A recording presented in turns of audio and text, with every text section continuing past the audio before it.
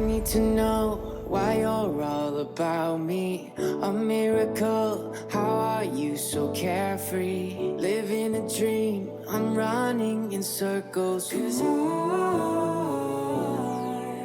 help me find my way through your atmosphere till the stars don't shine in the morning. Would you take my hand? Will you have no fear? We can stay up late telling stories. Let me fall apart, come and save me. I need ya. We can take this far, we just have to start. I need to know why you're all about me. A miracle, how are you so carefree? Living a dream, I'm running in circles. 'Cause I need ya.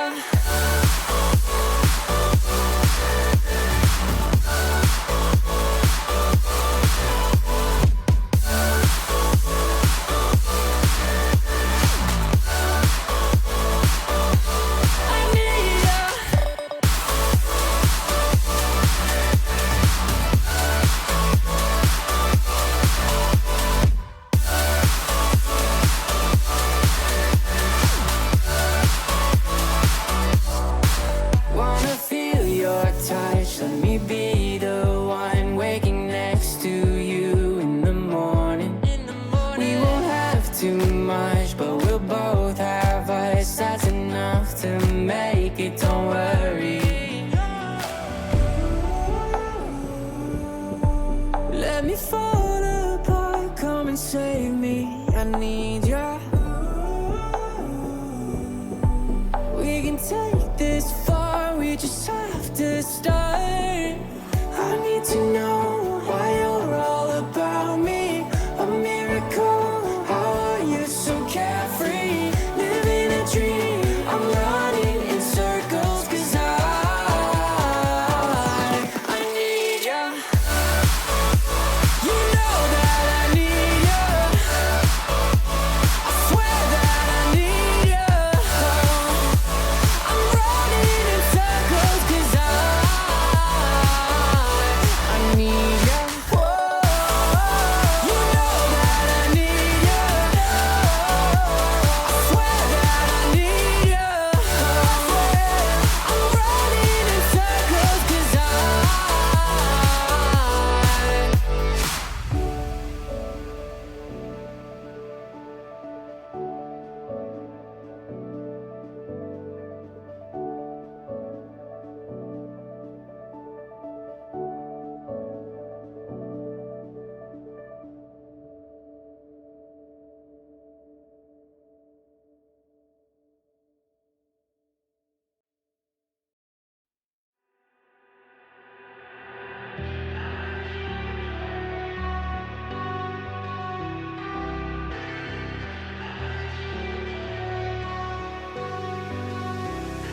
All I need is 10 more minutes, 10 more minutes with you.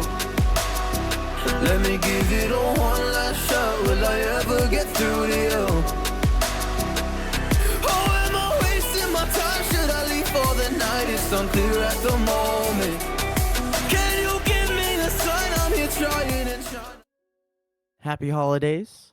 Welcome for one for all to Cracked Media Seasons 1 Singles number 8. I am joined by my love, my friend Juice. How are your holidays, Juice? Horrible. No, I'm kidding. It's totally fine. Everything's great. You know, good times. Good times. Good. How are your holidays? I shaved my head, like cut off all my hair, because I got broken up with last week.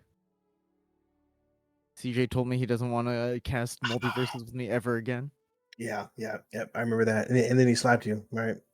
Yeah. Yep. I know. I get it. It Heard hurts. across the world. It hurts. I understand. And I just, we're gonna make You it through. gotta fight. You gotta fight. That's not what we're here to talk about. We're here to talk about Please. some good AF's MultiVersus here in the Crack Media House.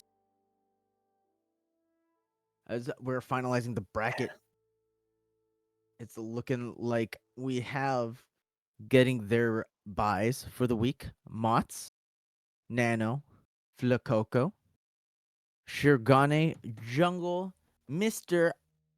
Fat Cat, showing off his YouTube in the start.gg realms. We have our boy Brian G, Potes 2-6, all earning their buys, waiting comfortably in winners round 2. Meanwhile, our first round of matches looking like Mods versus I'm gonna say Shuffle Shufflep Shiflip. A lot of Shiflip. consonants in a row. Shiflip. Moises versus Bone Shackles, Draco versus Sakudo. Christopher's welcome back, coming up against Lonely Drip. Our boy Cal Fox going up against Bad Boy Ray. Garfquake up against Zoro 2K. The Fixer up against OVA. Snark Remarks up against some good old Booba. I could do some booba right now. Uh, Some booba right now. if it looks like we are waiting on our first round of matches, I will remind everyone that there are points on the line. There are points on the line each one of these weeks. Currently, we have Mott's sitting at the top. Those wins really come in handy. Getting first place really influences how those points end up, especially so you know that everyone has to kind of think, not only do I need to win this tournament, but how do I knock Mott's out as early as possible, prevent him from keeping that first seed, because first seed feels really good. It feels good to be told that you're the best, but also you do get some bracket, a little bit of easy bracket stuff happening. Yeah.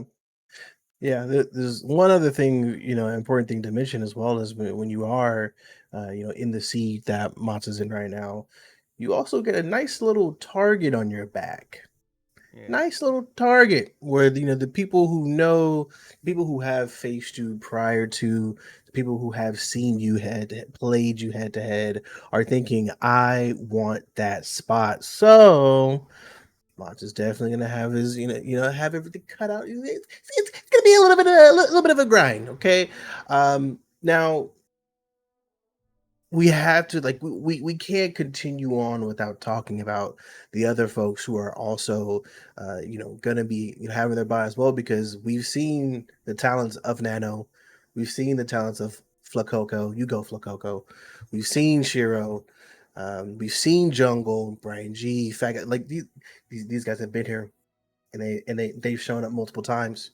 Brian G, I did two tournament winnings in a row. So this is definitely not going to be, being first place doesn't necessarily mean, you're going to be just running through the competition, Yeah, but it does feel good sure. nonetheless.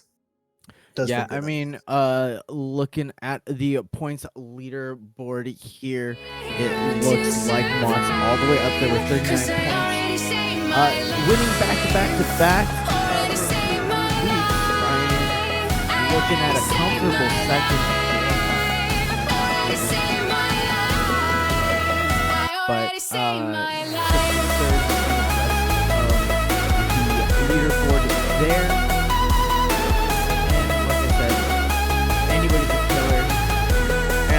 I mean, we are known to get some new faces.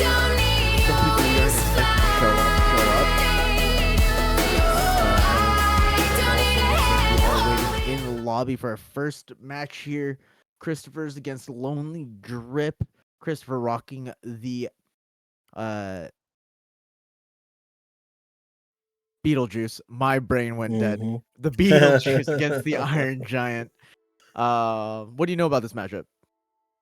Well, I know that Christopher's, who one person who played a lot of LeBron, recently kind of switched over to playing Beetlejuice. And I mean, the thing about Beetlejuice is solid. I mean, he's not necessarily a fragger like other characters in the game. It's not someone that you're expecting to just roll through the competition. But Beetlejuice definitely has the ability to get some nice chains, some nice aerials as well. And then Iron Giant is just Iron Giant. I mean, come on, come on. For sure. As we are going into game number 1, First Blood goes to the Iron Giant, using those nairs, using hands, feet, shoulder, head, toes, using the full shower, making sure there's no danger. As he knocks off the Beetlejuice, immediately getting him on the corner. Now, the scary thing about the Iron Giant is one wrong move, all of a sudden you're flying into that side blast zone. But the reversal using the bug there. Oh, that Sair. Every time I see every hit of that Sair land, my whole body clenches. Yeah, something you gotta be mindful of. Wow, we actually see the first stock come off the board here. Every attack that Iron Giant connects with hits and hurts so much. So it's really important to stay as centered on the platform as you possibly can, because once you're on edge, stuff like this happens to you, and it's not very fun at all, right? So, one thing that Chris was doing well was using the beetle to kind of keep space. However, Lonely Drip is finding ways to still get inside using this ultimate form here. It's looking pretty tough right now for Christopher's. Can you cancel the dive bomb at any point with a dodge? Is that what I saw there? Oh my god. It's such an annoying fake out. Alright. The sweet scoop up, just knocking into the projectile there. Trying to get damage on the Iron Giant, but what do you need now is a quick KO. Unfortunately, it was the Beetlejuice getting knocked off the top there. Yeah. Convincing. Do we see a character switch? The thing is, LeBron going into Iron Giant, I feel, is a worthy pick for obvious reasons. If Iron Giant just can't breathe because he's getting hit by a basketball over and over and over again, as we see Christopher is doing right now, that could be a pretty disruptive situation for an Iron Giant. So, not surprised to see the switch up, and we'll have to see how things turn out this time around. Yeah, as we go into game 2, now LeBron having a little bit stronger of a projectile, has a little bit better of a keep out game. Might make it a little bit harder for the Iron Giant's long reach. But another character that as soon as you get in there just kind of takes hits, and it's really easy. Oh, at least I feel like it's pretty easy to keep off stage. Though I don't know. I've seen some LeBrons do some crazy things. Oh yeah, and Christopher is definitely one of them. Minty Hippo might have to be another great example as well. The people who just know how to play LeBron so well and make it look so much easier than it truly is. Lonely Drip is actually doing a pretty solid job here, just not letting Christopher's breathe. Oh, but that basketball comes into play now. Combos are coming into play now. Oh, I'm surprised it did not actually connect with LeBron off the edge. Uh-oh, the basketball juggles. There it is. See, Iron Giant has such a huge hitbox. As long as you can keep some sort of projectile to stay disruptive, this should be pretty easy for Christopher. Yeah, especially now that the MP has been used. Now all of a sudden we get combo fodder, Iron Giant, if you will. But having that a little bit extra damage that he can soak up, still staying in the positives here. But it looks like Christopher's just getting started here. Huge follow-up on the basketball, popping him up, getting another sequence. Huge on the Iron Giant. That's 140. kind of nasty. Not quite closing it out. Oh, it loses his stock, but it is. That's where you want to be. That's where you want to be if you are LeBron. Indeed. Oh. Indeed. Not able to connect with the up air, but trying not to get cheesed off the side here. Unfortunately, the EMP connects and takes another stock off of Christopher's. Oh, able to even up the stock count now.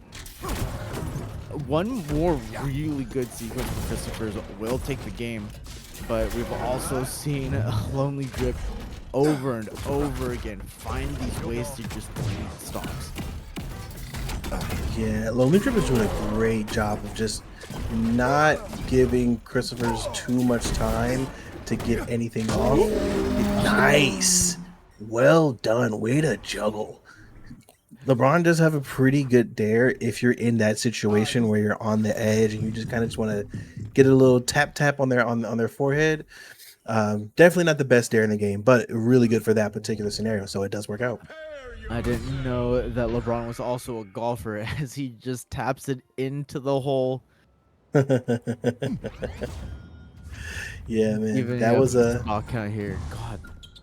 that was solid. That was solid here. So going into game 3 now, we're starting off a lot of aggression out of both players here. Again, Willie Drip is doing a great job of just in between attacks whenever he does whip or whenever he kind of comes out of it. He's able to really react quickly and get back into the fight. Again, not trying to avoid giving Christopher's any time to get set up, because giving Christopher's time to get set up on LeBron, it means GG. So smart plays on the side of Lonely Drip. Something interesting that we saw there was actually Lonely Drip trying to. Getting knocked on the side always feels bad in those situations. But we did watch Lonely Drip get punished for parrying the basketball. In theory, that's what you want to do over and over again, but if you just do it at the wrong spacing, LeBron does have a really long reach and can get to you really quickly. So if you time those parries badly, you will be in a world of hurt regardless. As we see Christopher fighting his way back to center stage, starting up a combo of his own here, gets the tech, immediately EMPs out of the combo.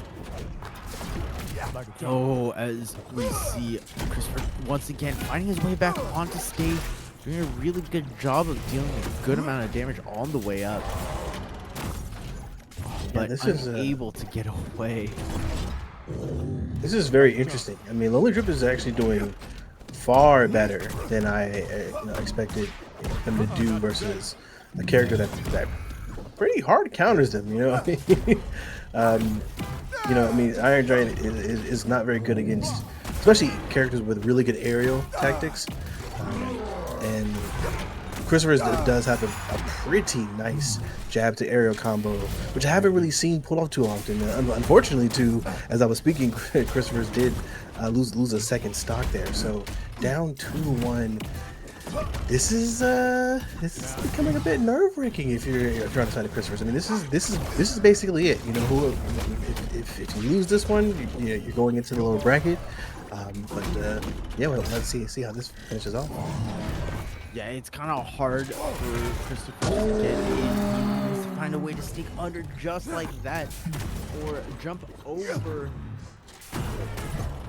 Yes, those swinging arms are just so big. Where did you go? Yeah. Into the blast zone as Christopher loses his first stock. Like, I lost vision for just that 1 second there. Yeah, there's one thing that I feel Christopher's could do differently, and against Only Drip at least. Only Drip has a way of knowing that he can get punished and wanting to counter whatever punishment you're going to give him. And it happened a few times where Christopher sees an opportunity and Lonely Drip just instinctively dodges or finds a way to like create some space and get back into the fight, and ends up countering Christopher as a result of it. So um, it's a tough thing to do, but if you can give yourself the ability to read that your opponent is going to try to react and just don't do anything, just wait for him to do, and like punish that as a result, then maybe you can kind of get some more opportunities to get inside. But still, it's great. It was great series nonetheless. Yeah, making great use of the tools that the Giant has. Moving on into the bracket to go up against Shirogane, another strong player within the MultiVersus scene. We are looking at the rest of the bracket here, as we see. Someone's gonna have to tell me how to pronounce this name. I believe it's Shuffle. Is it She Flip? Is it Shuffle Flip? Looks like they are moving Fleet. on. Moving on to play against Mots. We have Flakoko up against Draco. Moist is up one game against Bone Shackles. And as I said before, Christopher's unfortunately moving into the losers bracket, but Lonely Drip moving on to face against Shiro. And as far as on my screen, none of the other matches have reported quite yet. Who do you have taken? Schlip. It has been reported as Schlip. I will commit that to memory to the best of my abilities. As we go in, Schlip. are we thinking Schlip's taking it all this week? That requires beating Mots, which is not impossible, but very, very difficult indeed. The last time that I watched Nano and Moises play, I was very impressed. I'm thinking one of them are gonna make a big run. Sure. So probably Moises, but we're gonna see.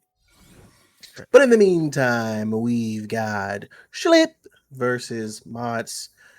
Schlip playing Finn, Mots on the usual Harley Quinn. I'm ready. I am also ready. Harley not having a lot of tools to actually deal with the sword except for her speed and her trickiness. While Finn is going to theoretically try to space with that sword, as we see that first hit come through, but immediately Mott's coming in with a quick combo, baiting out another move into the parry and getting a little extra damage there, as dangerously close to the bottom blast zone pops up for a little bit extra. Good catch out by Schlip as it runs corner to corner and keeping up the pressure. Mots is able to fight back though. No punish. In fact, getting parried, leading into the first stock lost. I'm so sorry, Schlip. I'm losing full if I'm Schlip right now. Like, wait, I got the free opportunity to punish and he parried me? Like, just no way. But yeah, I mean, as of right now, Mots is definitely doing Mots things. And it is one thing we can expect from a player like Mots, Uwe the Legend as well, is parries. They have found. I don't know if there's like in a secret chat on Instagram or something, but they figured out the secret sauce for parrying. So expect to see that quite a bit with these two. Oh, nice parry coming from Schlip, returning the favor there. Can't quite get the up tilt to go off though. Both players 102 to 107.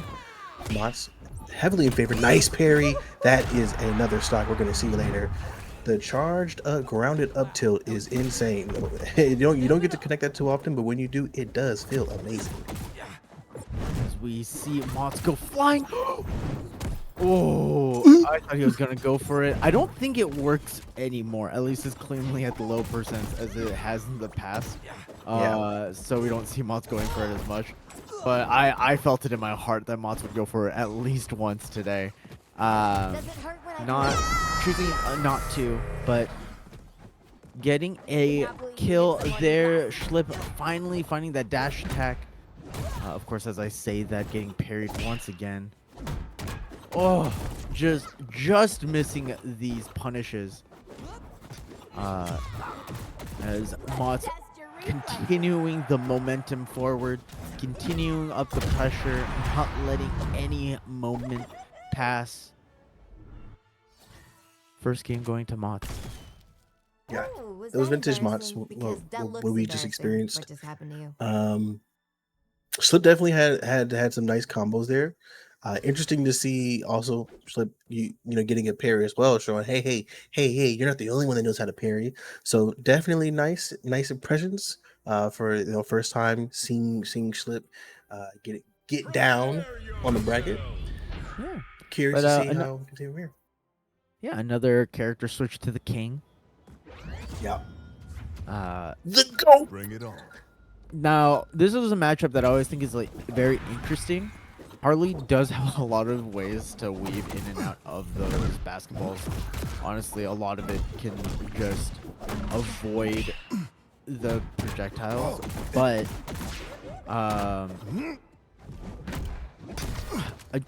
you saw that Nair come out. It's a really good get off me tool. But if Mott's keeps aligning these parries, it's going to be hard. It's going to be massively difficult. What a sequence for Mott's. Yeah, that was pretty nasty, actually.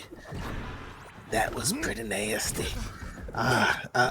Mats is continuing the terror on the edge of this map right now. Parry after parry, into Sayer, into Nair. 2 stops up. Schlip is definitely gonna have to pull something amazing out of the behind in order to come back in this scenario. Mats is just running the show at the moment there. The down tilt into the Sayer, into the dodge read, into the up tilt, grounded up tilt is just it's just demonic. It's demon work. Again, up air, another parry, into the combo read, into the Louisville slugger to end it. Jesus. GG's. Can't wait to tell my alumni. GG's. It's crazy work. It's crazy work. My heart's We'll be go out to going Schlip. down to the lower bracket. Okay. So we will. I mean, this isn't the end of the road. Okay. Cue the boys to men. But yeah, there'll be more matches to come. Although we've come. Yep. Yeah, that's as much as we can use of that song. Word DMCA. Man, Mott's really looking like he's trying to get a combo video made for him, Another another strong showing from our number one player currently, Mott's. As we look at the rest of the bracket here, we can go in and see that we have Jungle versus Cal Fox, Brian versus Fixer. It looks like Mr. Fat Cat still waiting for Girthquake and Zoru to finish up their games. We also have Nano versus Moises. Draco taking it over Flacoco due to a DQ here. Hate to see it. I'm not gonna lie. Hate to see Between you and me, I think Jungle's a favorite. I think Jungle's a sleeper. I think I've been watching me a little bit of Jungle gameplay over the last couple of weeks. We have seen Jungle show up and show out before. We have seen this. I think Jungle's kind of a sleeper pick here. Yeah. That's a fair pick. I'm actually not mad at that. I mean, but- getting what was it? Going all the way to winners finals at Plat Fight is True. ultimately unfortunately losing it to FPZ, another great player. Yes. Uh, Yeah. but yeah, honestly, my money is on Jungle. Just keep an eye out for him. He's climbing. He's getting so good. Yeah. Yeah. I think You also gotta be careful. we also may want to just say, I mean, technically, I'm going back through our repository. Jungle has won a Crack Media tournament Yeah. before, right? Back in October, did take first place on Wonder Woman. So definitely no sleeping on Jungle. But real quick, I don't think we ever had the chance to properly mention. Did you guys see the shiny new bracket? Did everybody see the new presentation? Yeah, Yeah, yeah, but I mean, we need to state the fact that it's actually new. You know, what I mean, we kind of just yeah, glazed by yeah, bracket, cool. See you later. Come on, it's new stuff. Shout out to the yeah. production team. We also, yeah. I mean, we got this. We additions. got the leaderboard. If you want to pop that up real Yeah, quick, while we're word waiting for the next leaderboard. You know thing. what I'm saying? Yeah, let's You know pop what that I'm up talking about? again. Yeah. Technically, yeah, pretty new. It's new. It's pretty. It's well made. Yeah. Look at how baller production team, the hard work, all of that. Go ahead, do it. We love to see it. All right, my beautiful face, please. Yeah, yeah. Juice is actually contractually obligated for a specific number of hours. That's why I keep popping in and out of existence. Is because he needs solo time as well. It's actually in my Ah, contract. there it is. There it is. We're hearing those screenshots every time. It's just me. You don't know it though. You don't know it. Yeah, there's somebody in chat right now. Just all the Juice solo moments. Yeah, yeah. Now we need to figure out who we're going to be spectating next here. I'm Sure. trying to see. I'm trying to see another beatdown happen on stream by somebody. But for now, I guess we're just gonna be kind of just entertaining you guys. More smiley faces. Um, I'm trying to see who is actually communicating with us, so we can get in their lobby. Shiro versus Lonely Drip would be interesting. I'd like to see that actually. Yeah, I mean, I personally haven't seen Shiro at least play MultiVersus in a hot minute. Yeah, And um, and we did just watch some Iron Giant gameplay, granting Lonely Drip the dub over Christopher's. So that'd be an interesting matchup to watch. yeah. On the bottom side here, we also have Potsu up against Snark Remark. Snark moving up on that bracket there. Um, it looks like Brian G versus Fixer has been going on for a minute. You know, the thing about multiverses brackets that I always thought was interesting and very different from like Smash Brothers Melee, which is my main game or has been my main game for a while now, is that y'all run it back. Y'all just y'all just go. You're like, no, next. We're gonna go again. No, we're not waiting. We're not gonna click through the. We're not gonna click through the menus. We're not gonna click. Just we'll report it later. We'll do it real quick. Yeah. Melee people, we hold everything to our chest. We're like, okay, all right, what character are you picking? I'm not telling you what character I'm picking because you're supposed to tell me first. No. We're gonna follow step by step procedure here. You pick. We pick. Yeah. I'm no. Everything's very formal. Everything's very formal when it comes to Smash. Yeah. And I respect it. I respect it. Yeah, but sometimes when I look at this play, I'm like, I have no idea how far in the match they are at. Watching, as it looks like we are heading into bracket here. It looks like we're doing Mr. Fat Cat himself going up against Girthquake. I Hmm. honestly, the Taz versus the Harley. Is it the Taz? Is it Yeah, the yeah. is it the Harley Ditto? Is it the Finn? Let's see what we're getting here. Oh, as it Yeah, looks I'm like curious to figure the out what's going on. yeah. I mean, Taz is a We character almost that had it. Taz is a character that I have not seen since beta. If we're gonna be real, I have no idea. Because in beta, it was very much a unadulterated aggression. You just run in. If it works out, you get all the damage. If it doesn't work out, you kind of get messed up. Was really Yeah, the thing that happened. You know, you throw out the salt shakers a little bit. You know, get them a little salty beforehand. But yeah. now, nowadays, I have no idea if the gameplay has changed. What's your read on the matchup? So basically, when you play Taz, it's a few things that you just want to do. That's eat your opponent, Mm-hmm. spit him out For sure. off edge.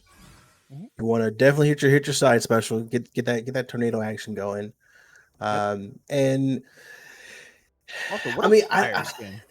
I know wait, isn't this like it kind of reminds me of the Goofy movie a little bit.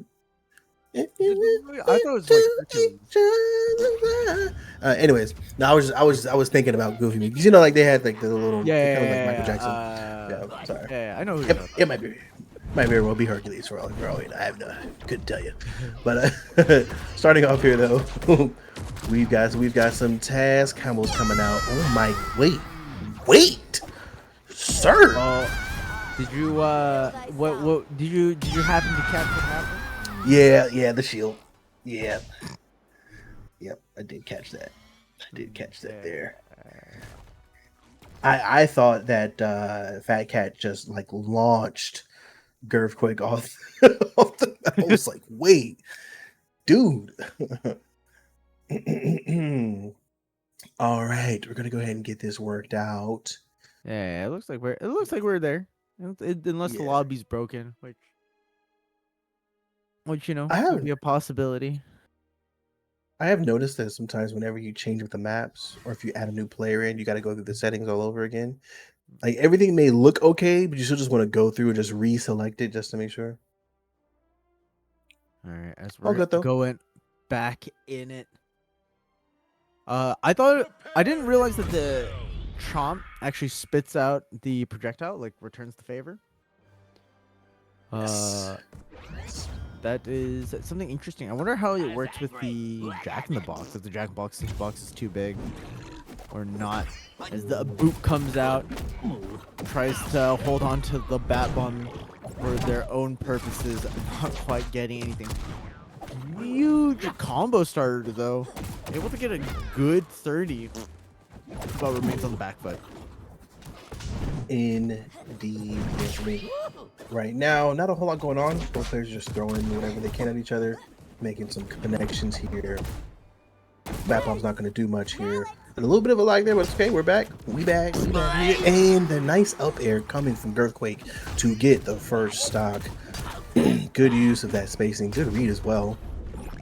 Yeah, Do a little air action here. Oh yeah, 100%. 100%. Nice Sair trying to connect with the Nair, but can't quite do it. Nair again. No help. Ooh, okay. Listen, that little Subway sandwich there that Taz is holding hurts if you're above him. Hurts, my boy. Be careful to not get caught by that.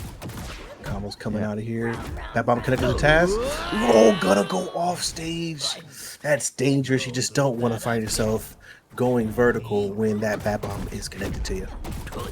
Yeah, already a rough start.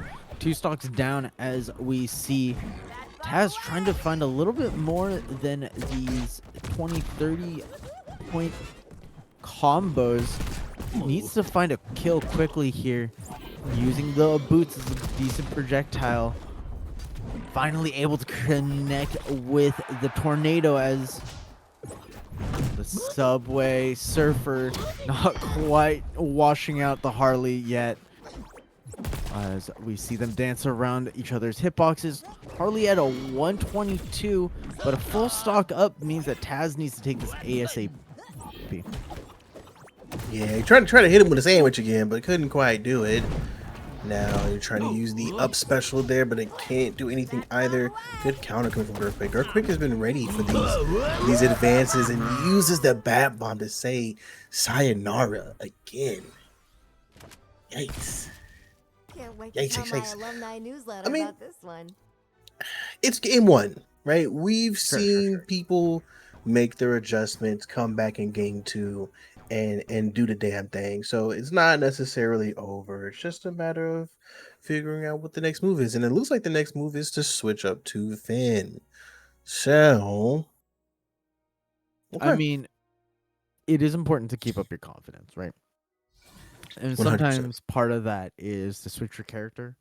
Uh, if you're me, it's never the right choice. Every time I do it, it ends up badly.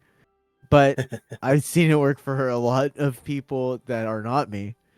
And Finn is a great choice against Harley. Finn hits really hard. Harley's quite squishy, able to die at lower heat than some of the rest of the cast. Also, able to play that keep away game a little bit better using the backpack, using the sword, as we see immediately pushing Harley off the stage, trying to get an early KO. Not able to do so. Quick, great use of the fair to get back onto stage. Huge whip on the dash attack, allowing Mr. Fat Cat to get an early kill off the side. This is looking like a completely different game. Okay, so it looks like you just had to pull out a little Finn action here in order to make a difference. And that's okay. You know, if that's the case, sometimes you need to make that character adjustment. We saw the Christophers, which really helped kind of get him back into the series. Maybe we'll see this happen again here. But in the meantime, Growthquake said, hold on, Playboy, I need to get my get back real quick. So now we're tied up 1-2-1. Not a big difference here when it comes to heat. Just gonna watch these two go at it for a second. Nice aerial combo there. Trying to keep. Every time we see the Finn approach, it really feels like all of a sudden Harley's just in the blast zone all of a sudden.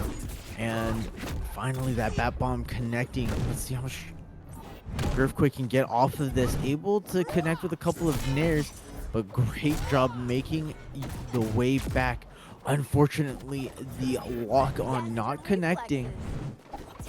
As we see Finn fighting their way back. Did you see the bat bomb connect? That was nasty. Yeah, that was nasty. Yeah. I liked that. I liked that a lot. Oh, good.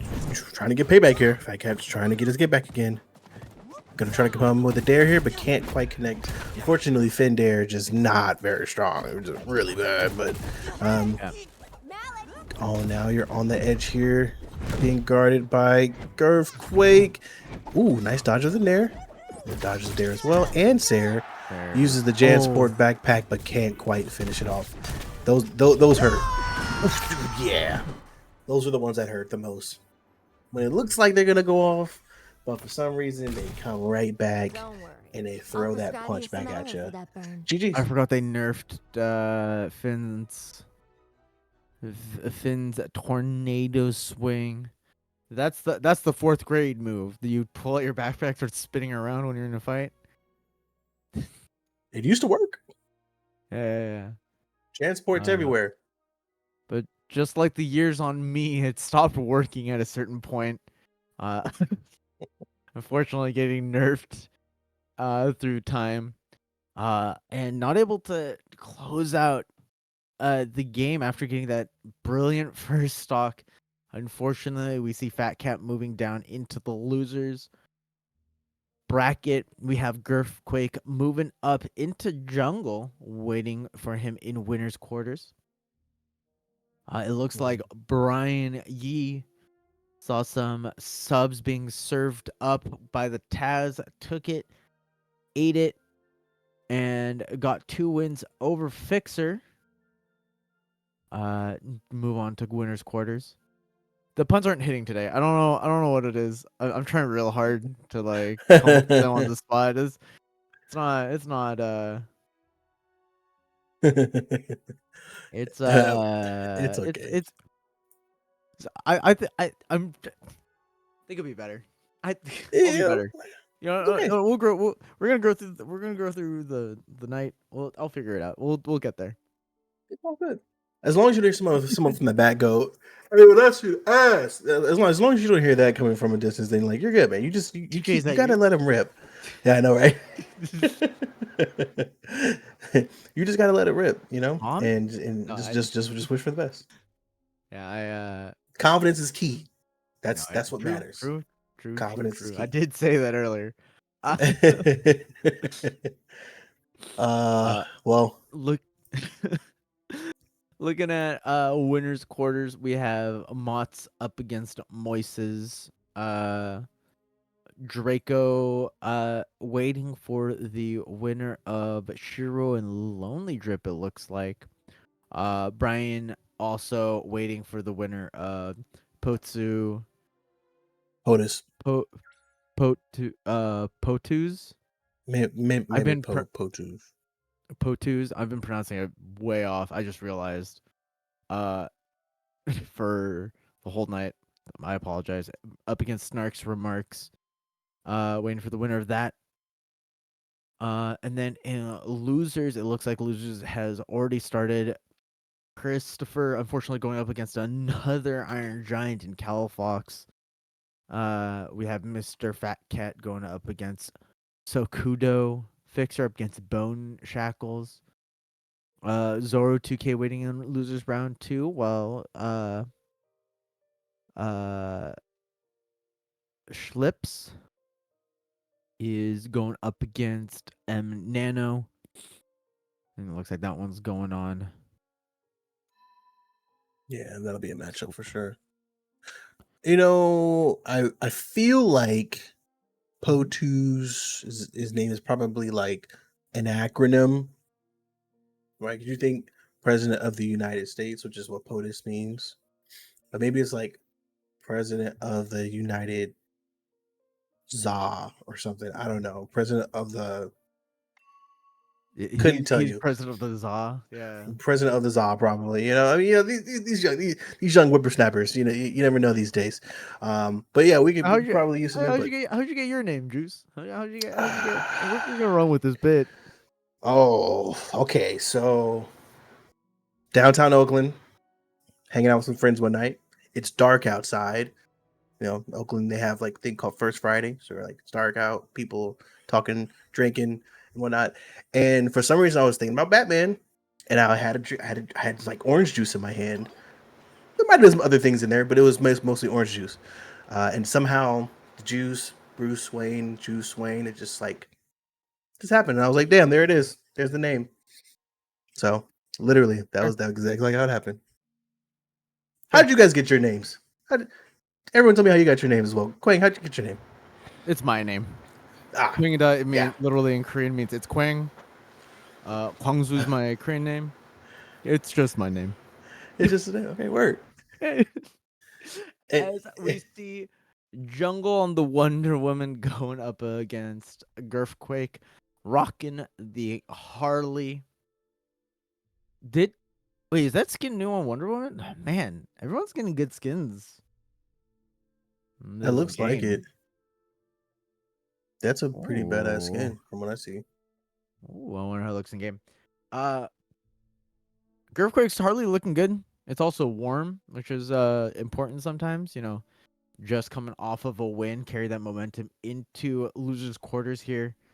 But like I said, Jungle's no joke. Jungle is somebody that I would be nervous fighting against, personally. Well, yeah, without question. One of the greats. Shout out Jungle. Show us what you got, Playboy. We want to see it. We want to see it. We also don't get a lot of Wonder Woman anymore. That's kind of something that's been on my mind. I feel like Wonder Woman has been strong in the past, and really hasn't lost a lot of her power. But it feels like a lot of people moved away from the character. I don't know if it's because the character's too honest in this game. You know. I don't know if Hmm. they just wanted Hmm. something a little sillier. You know. That's a I'll say it. I think Wonder Woman is the most honest character in MultiVersus. I've said this before on stream. Um, okay. Um, well, Wonder Woman hasn't gotten any changes since October. Been a while, so it's almost like they feel as if she's in a great spot and she's just as balanced as she can be. Um, still like strong as hell. It's not like Wonder Woman isn't a great character. I just maybe people are just interested in trying others and Always seeing love a what good works. crossover. yeah. As we go into game 1, Jungle up against Girthquake, immediately pulling out the bomb. Great parry from Girthquake, getting a quick 27 on Wonder Woman, but Jungle immediately returning the favor. Man, Jungle's moving. Indeed, yeah. I mean, this is exactly how you expect a Wonder Woman to be played. It's fly around, Sayer, and Nair, and just one of those things is gonna connect, and you just start comboing from there. I mean, that Nair is so disruptive, and it's armor breaking. Like, what? What are we talking about? So, very, very, very strong moves for engagement on Wonder Woman. As of right now, though, seeing a nice little decent change here. 120 to 56 in favor of Girthquake. Using that Sarah from Harley is such a strong attack and allows you to really start other combos based off of it. Whoa! Way to dodge the side special from Girthquake. That was insane. Like, I mean, if we could slow that down, I think I'd love to see how close the shield was to connecting, and Girthquake just barely inched away from it. Trying to juggle here and get Jungle back off stage, but can't quite do it here. Jungle's moving pretty fast, so I'm impressed with the fact that Girthquake is keeping up here. Yeah, as we see Jungle trying to catch out the Harley's movement, trying to space out the Sayer there, getting a good movement, but Girthquake is ready for the lasso coming out, dodging out every single time. Man, that side special breaking projectiles always throws me off. I'm never ready for it. Harley climbed the wall just a little bit, unfortunately getting caught out by the jab.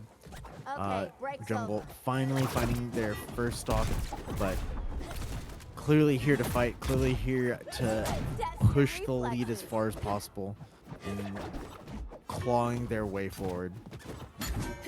Yeah, it's a lot of Bad doctor. it's a lot of clawing happening right now. It's a lot of going back and forth. I mean, I can tell just by both players' movement and them attempting to read what their opponent is doing that they're both very close to their monitor, biting their lip, doing whatever their natural ticks are, just to kind of stay focused and locked in. I mean, this is fast pace.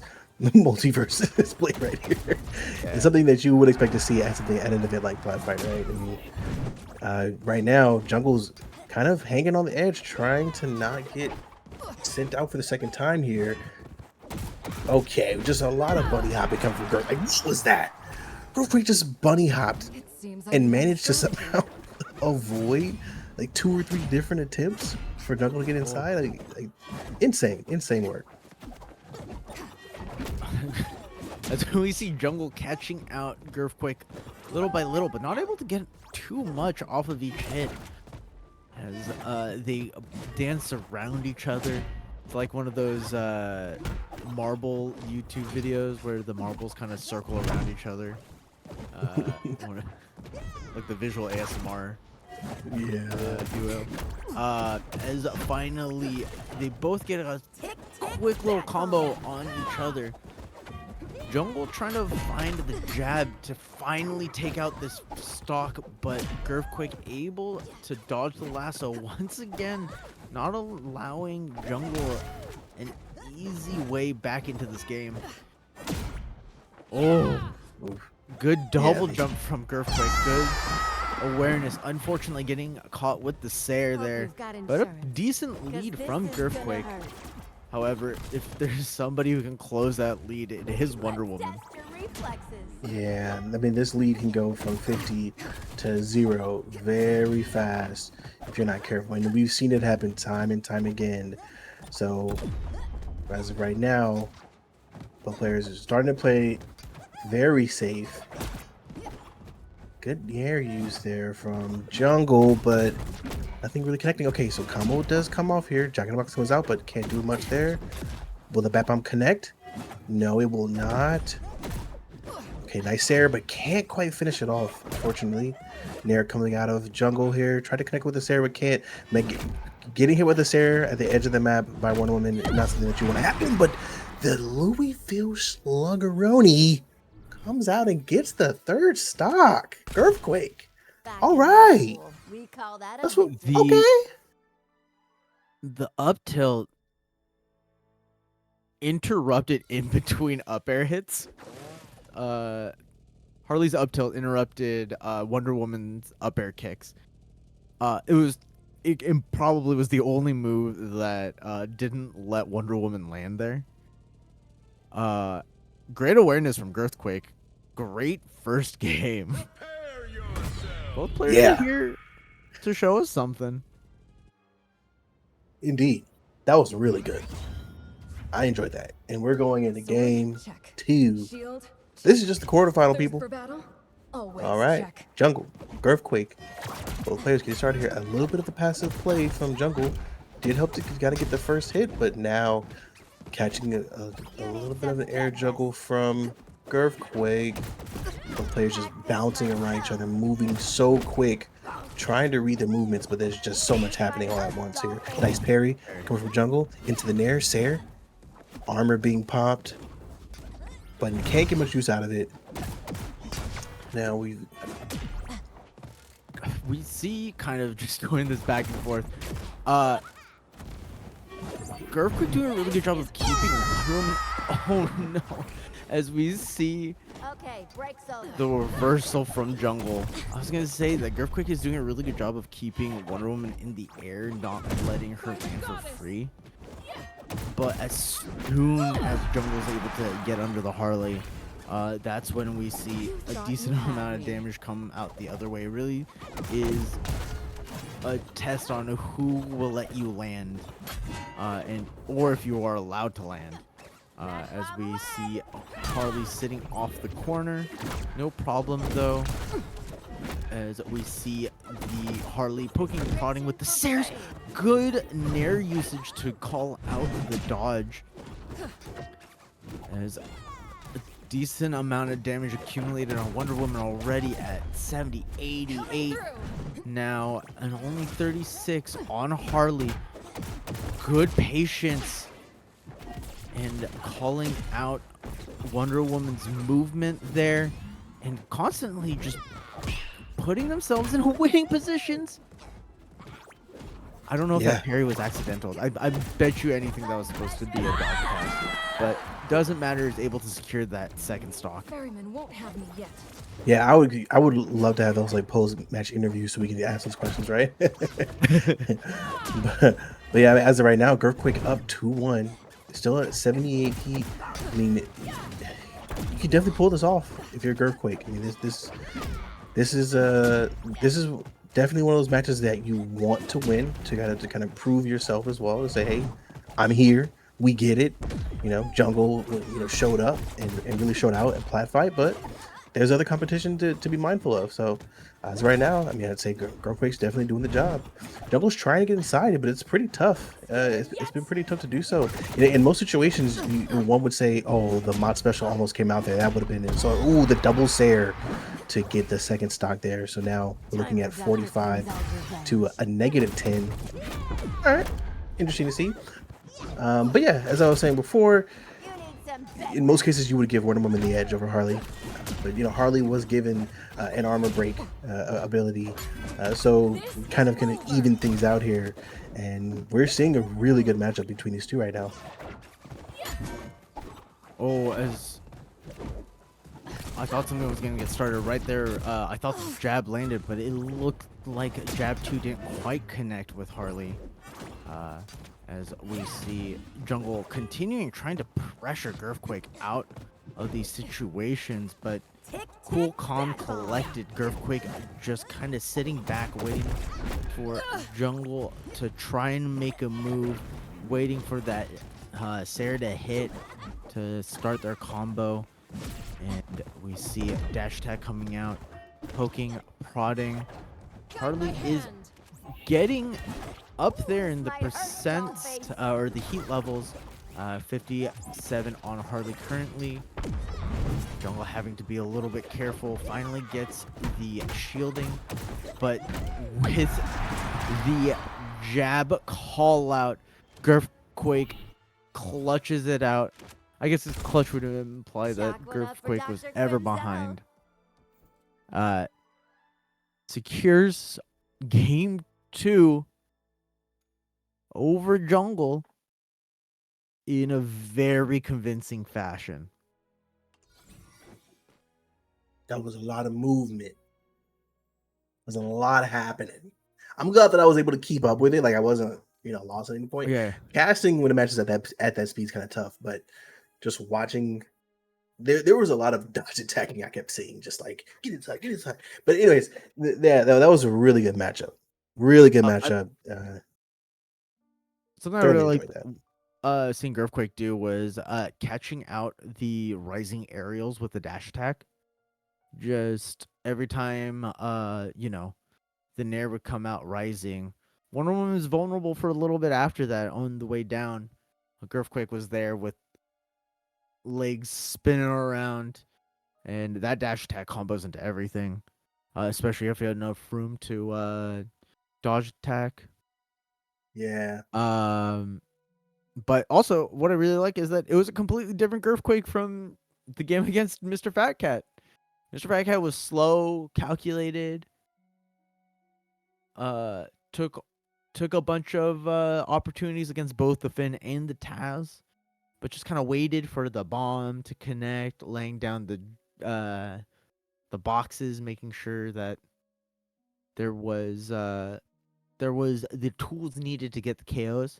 Against Jungle, zooming, aggression, breaking up the aggression a little bit to pull out the bat bomb to lay down a jack in the box here and there, but it was mainly those Sairs coming out, those Nairs to call out the jumps.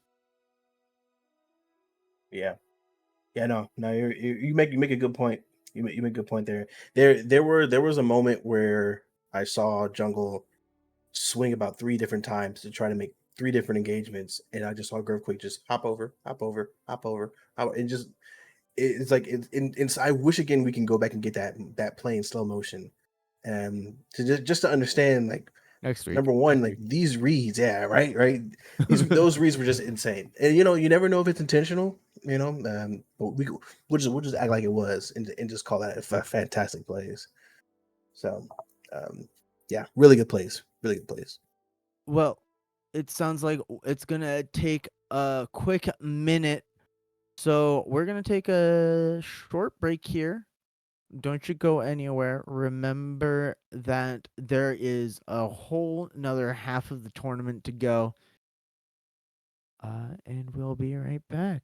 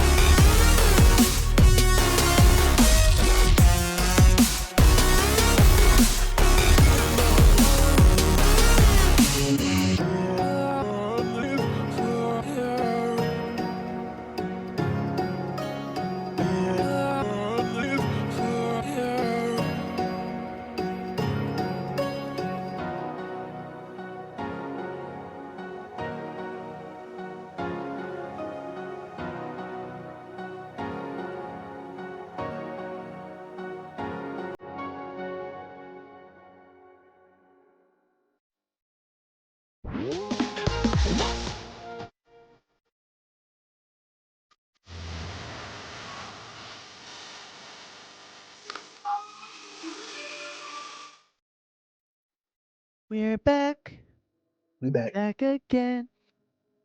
Uh, welcome back, everyone, to Crack Media Season 1, Number 8.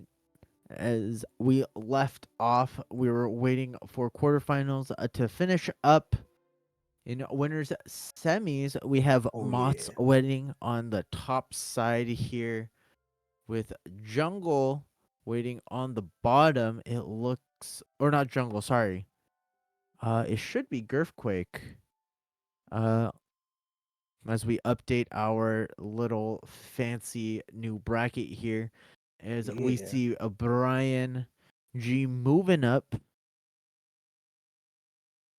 Mm. and we see Lonely, at least on my screen, I see Lonely Drip up a game against Draco. Lonely Drip taking both games previously 2-1. 2-1 against Shirogane, 2-1 against Christopher's. Grinding through this ladder. Yeah. See here. Yeah. And unfortunately, Mr. Fat Cat and Schlip both getting knocked out of the bracket to honestly two of the strongest players that show up to these tournaments in Califox and Nano. Yeah. As we await for the I guess the lobby to open up for Girthquake and Brian Yee. I feel like Brian must be so used to the Harleys.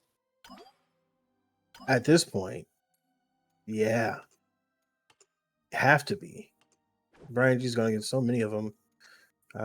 Especially, yeah. I mean, you have to be at this point. You know, Oh, Harleys and Shaggies are pretty much one and the same. You definitely see more Shaggy than Harley, but yeah. at least tonight we've seen more Harley than Shaggy. So I I like guess your we're starting on the other side of winner semis. We're going in top down order with it looks like Mott's and Lonely Drip here as we're sitting in the lobby waiting for players to join, waiting for players to, you know, stretch out, crack their fingers, get their cats off their desk. meow. Quick shout out to Lonely Drip, man, grinding through the bracket. Another 2-1. These have all gone to final game. Is Now, able to win in the clutch, able to pull it off in now the clutch. Mott's on the other side of it, 2-0, 2-0. Really just smacking opponents down. You know, Heading into winter semis. if I can say, as someone who enjoys playing a good Harley, Mhm. Lonely Drip might not want to select Iron Giant for this matchup. Just a little too much of a combo fodder. Mott's also loves that parry button, and something about a lot of Iron Giant's moves, the hitbox is out forever, and Pretty readable. You can walk into the parry after you start the move. If the parry happens after you start the move and accidentally walk into it, that happens in some other games that I'm playing. Prepare yourself. And it's devastating. Yeah. It's devastating. But we'll see how Lonely Drip handles the matchup as we go into game 1, Harley versus Iron Giant. Everyone sticking to their guns, everyone on their mains. Their game plans. I see immediately that parry. As like I said, just walk into it with the parry momentum, and we can see Mott's already being so comfortable hitting that button. That bomb planted. Is that it? Not quite. At least Iron Giant is bulky. If that's anyone else, they're off the map. If that's anyone else, sayonara. Can you EMP while stunned? Is that what I just saw there? I believe so. It looks like it's like EMP is like an unstoppable move. Oh, ooh, okay, So Zanny. everything that we know about this game is clearly nothing. How can I do this? Be on. We're terrible analysts, clearly, brother. All right, Lonely Drip, I'll shut up, brother. Man, way to show Oh. out. I actually really like that by Lonely Drip. Lonely Drip fast fell to bait out the parry from Mott's and able to punish the parry there. Mott's trying to get the parry now.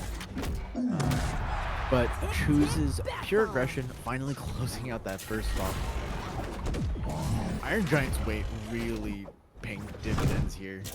Mm-hmm. As we see this make your head just feel? not moving to any of the Nah. moves that Harley's throwing out.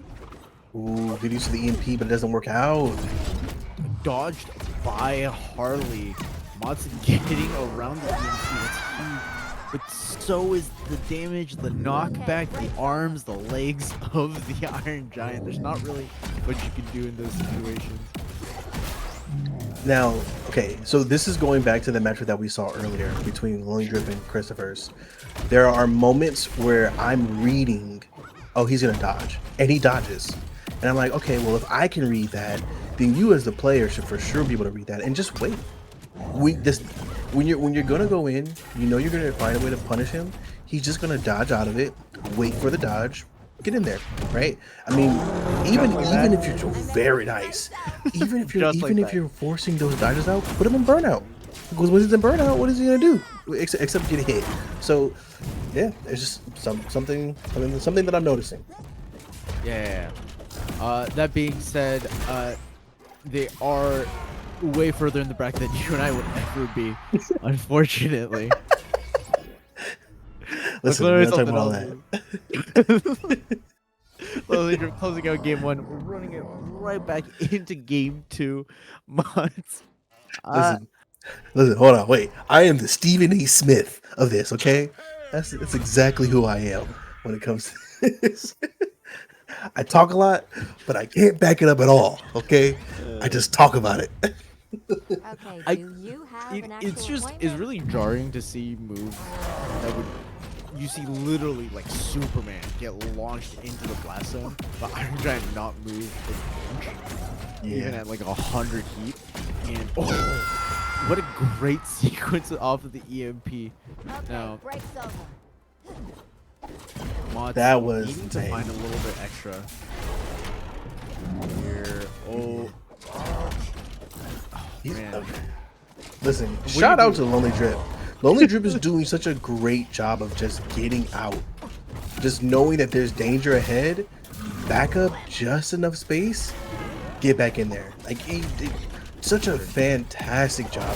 For a character with such a huge hitbox, Lonely Drip is playing Iron Giant like it's Strike. You know, it's very impressive to see this. And of course, good use of the side special to get rid of those projectiles. This is, I mean, this is like a T1 carry masterclass. Right? I mean, that's actually who I want to see. I want to see Lonely Drip and Carry go at it. That's what I want to see now. I'm calling it now. Those two got to go at it. But yeah, anyways, like this is very impressive. I mean, I was impressed even in the first series against Christopher's, but I'm even more impressed because This make your he's head doing this against a pretty solid counter to Iron Giant. Test your reflexes. Oh, able to scoop up a little bit of a shuffle kick there. Which is huge Time for Dr. Just- Quinzel's revenge. knockback, rising aerial, killing Mott's at meter points of heat there. While Mott's trying to claw their way back. Now we've seen Mott's do some nasty combos over and over again, especially against a character like Iron Giant. Theoretically, it is possible, but not on this stage. Not on this stage. My goodness. Okay, I'll Mott's shut the hell up. Mott's going I'll shut down the hell 2-0. I died. I jumped into it as well. Every single day of the week. We're going straight into game 3. It looks like we're going into Trophy's Edge. I What? I just don't know. I just don't know what you're supposed to do in these situations. It looks like we're a little slow to load in, but man, when the boy doesn't, when you hit somebody and they don't even Never went over flinch, this in med school. that does something to your soul. Mhm. Yeah, yeah. Ooh, getting a top of Iron Giant is really good in these matchups, in the matchup generally, since you can sneak above all these big hitboxes. It looks like Mott is slowing down the gameplay as well. Yeah. Way playing a little bit of Chase the Goose, and looking for the hammer hits, looking for the sayers, just to keep Iron Giant's movement a little bit more predictable. Catching Good out of catch. the air. Excuse me? Good catch. Yeah. That was very, very fast reaction time to just say, you know what, you're already up there, you're at 100 heat. Eat this Louisville real quick. You know, like that. No, that's huge. Mott's here at 80 heat though. Can find himself off the map at any time. Nice air. Edge guarding. Continuation. Just continuing to chain those attacks together. 107 heat already. 115 for Lonely Trip. I Another- can't believe Mott's decided to trade that. Okay. And it worked out. And that it worked out. Okay. Mott straight up saw a comet, decided that he was gonna punch it, and that's when the missile came and impacted it. It just all worked out for some reason.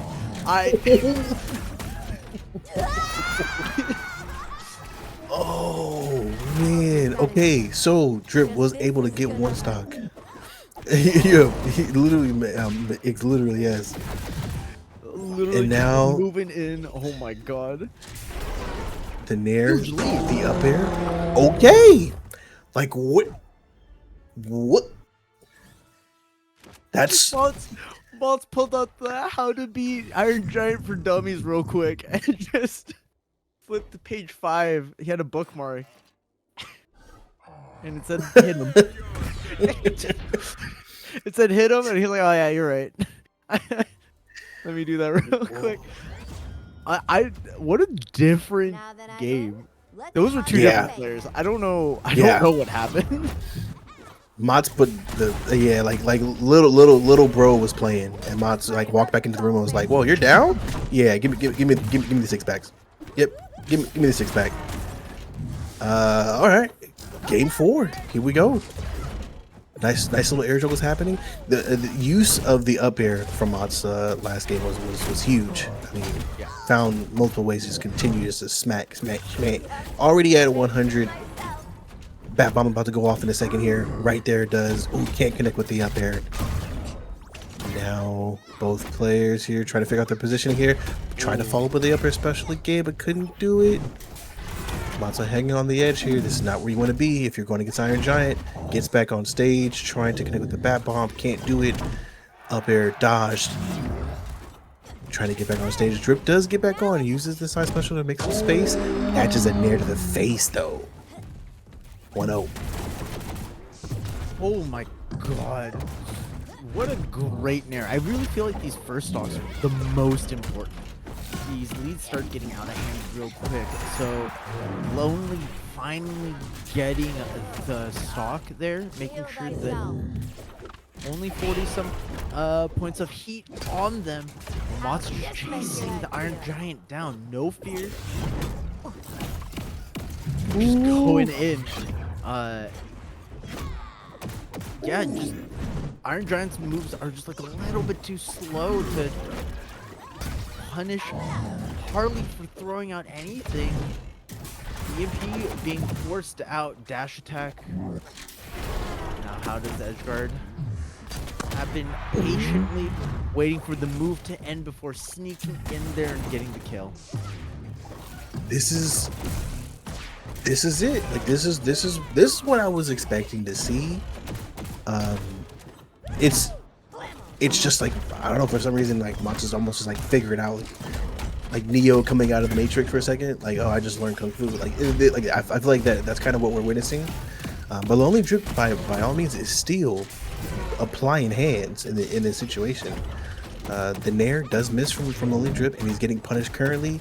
That nice dodge read from Mods. Another dodge read from Mods. Nair. Oh my goodness.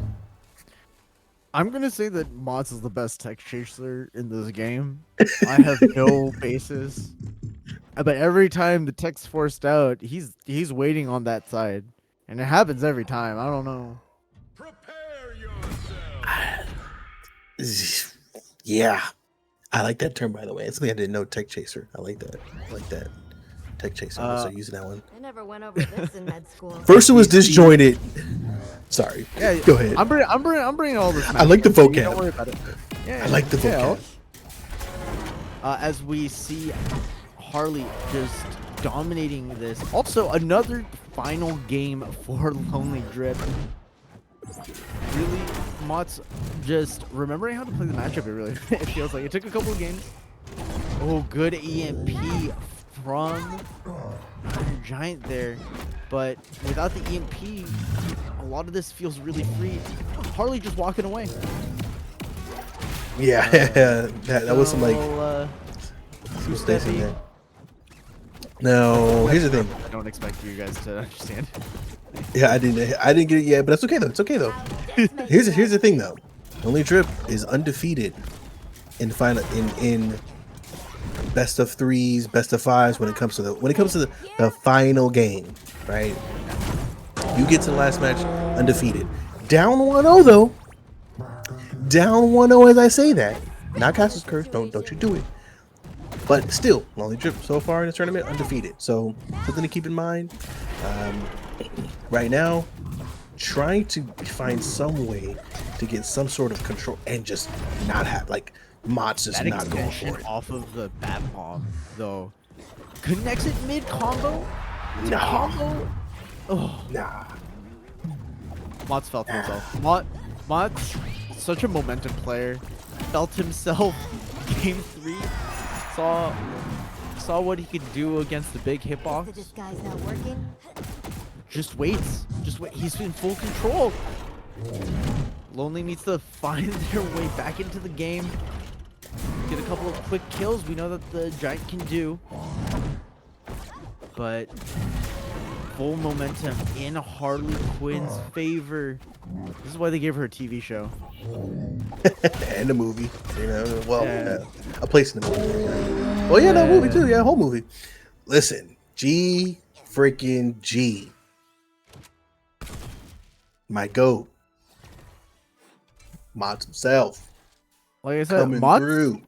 Mott's Chunks wants the storylines for his combo video. Man. Yeah.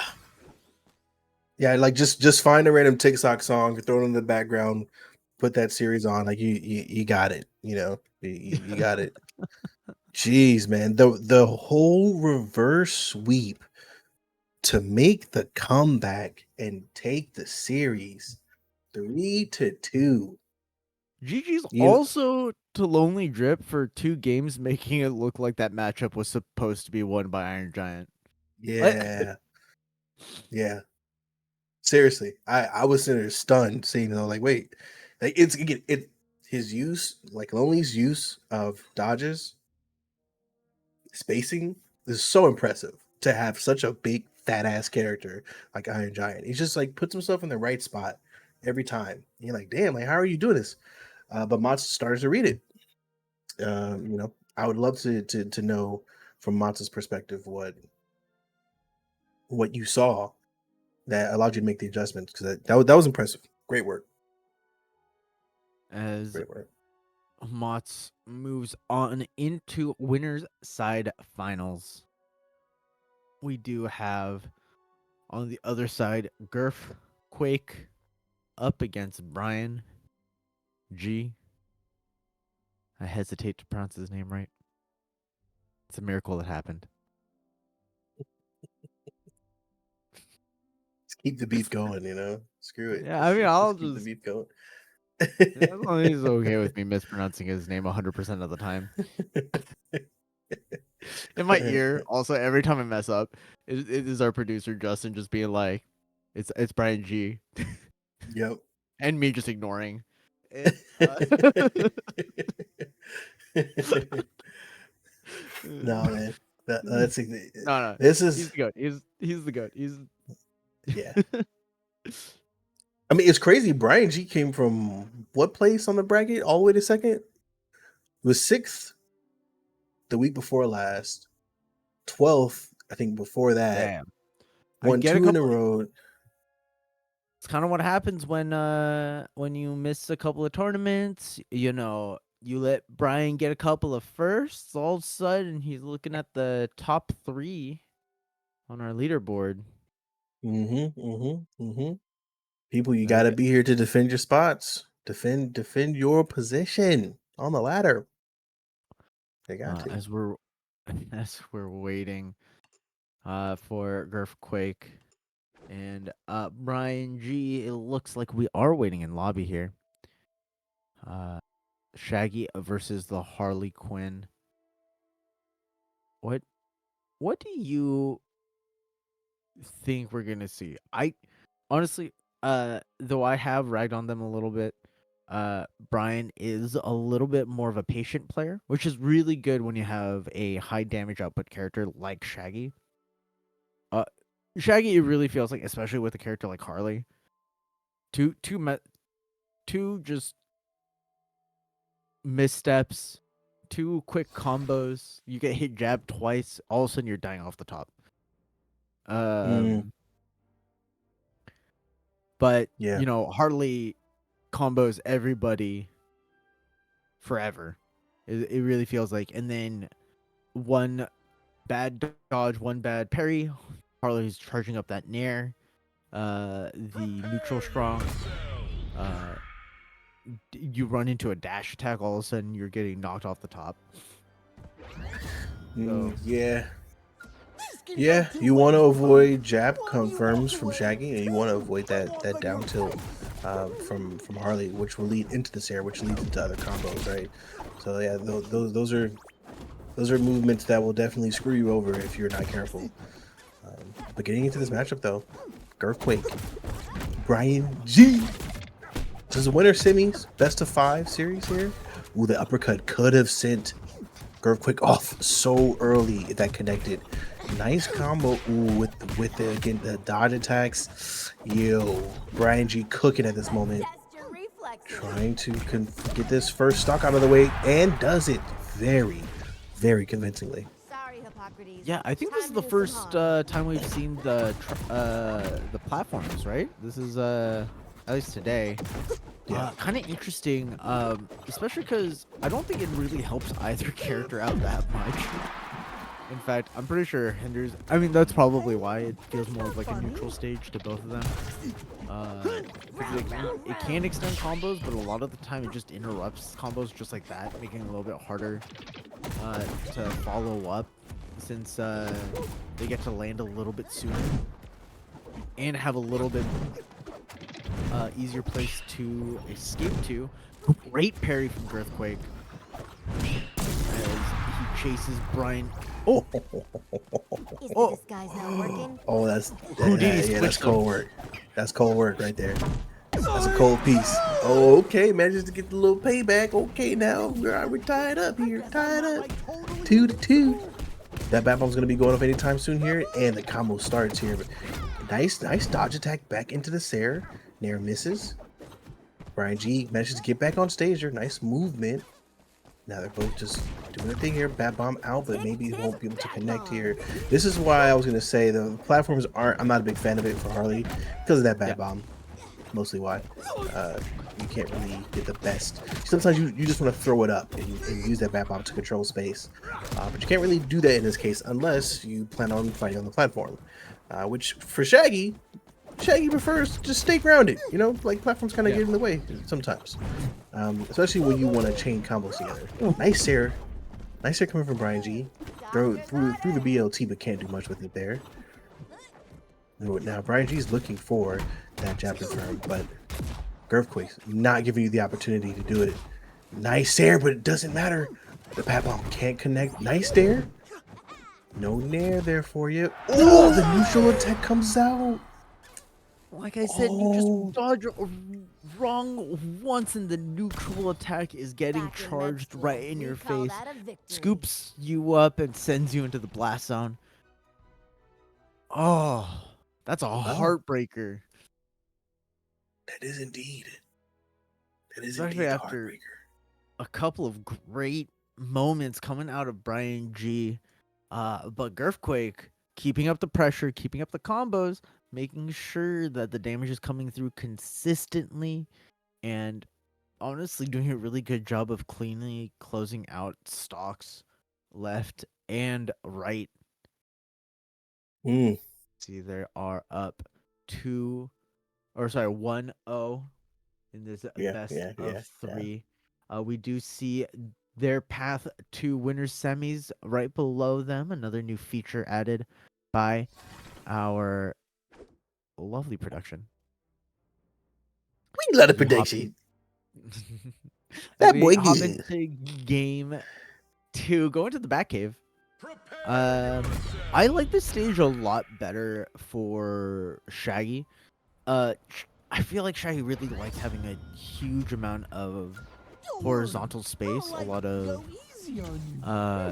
room to run around and jump in, because Shaggy also does a really good job of just closing distance with those dodge jabs. That jab, his long limbs really give him that reach. Sure do. It also allows him to do things like this. Unfortunately, unable to connect with the next round of jabs into stomp. Ooh, hunting for another up air, unable to connect it, as we see it not quite killing off the top quite yet, but the next one for sure will. As we see Girthquake now putting on the hurt. 73 ticking with that ignite on it. The car saves Harley, but the car won't be there forever. Yeah, and Girthquake knows here that Girthquake doesn't want to stand on the platform anymore. That's why every time that you see Brian G come in, he just jumps. Just no. Just jump, because the nair comes out for the first stock there. You don't want to get caught up in any sort of jab confirm from Shaggy, and especially at 127. You're gonna get sent. Hey, look, it's okay. There's also this thing called a Sair, and Shaggy happens to have one that's very strong. So there you go. Super kick misses. The nair follows up, connects. Can't do it again though.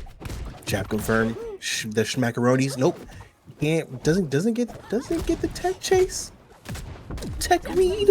Whatever the word. Yeah, I'm trying to do my thing. I'm trying. Yeah. The dare though from Brian G to get the second stock, brother.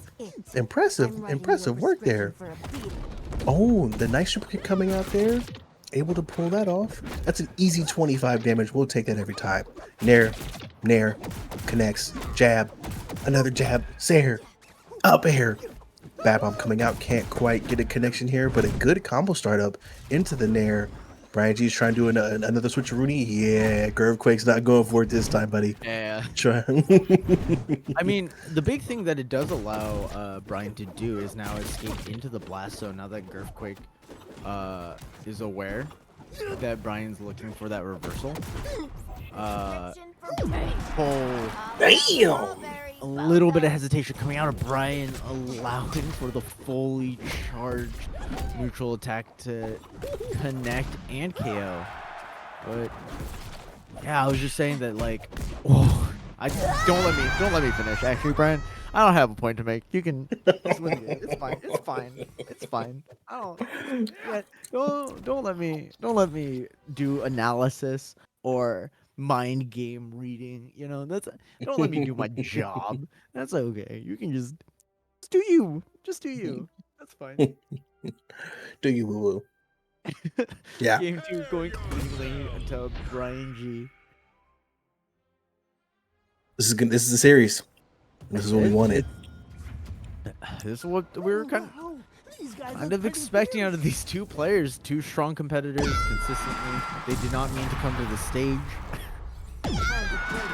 It looks like they reset a little bit too quickly, not realizing that it wasn't just Trophy's Edge and Sky Arena on, you know. Nah. It happens. It happens. Yeah.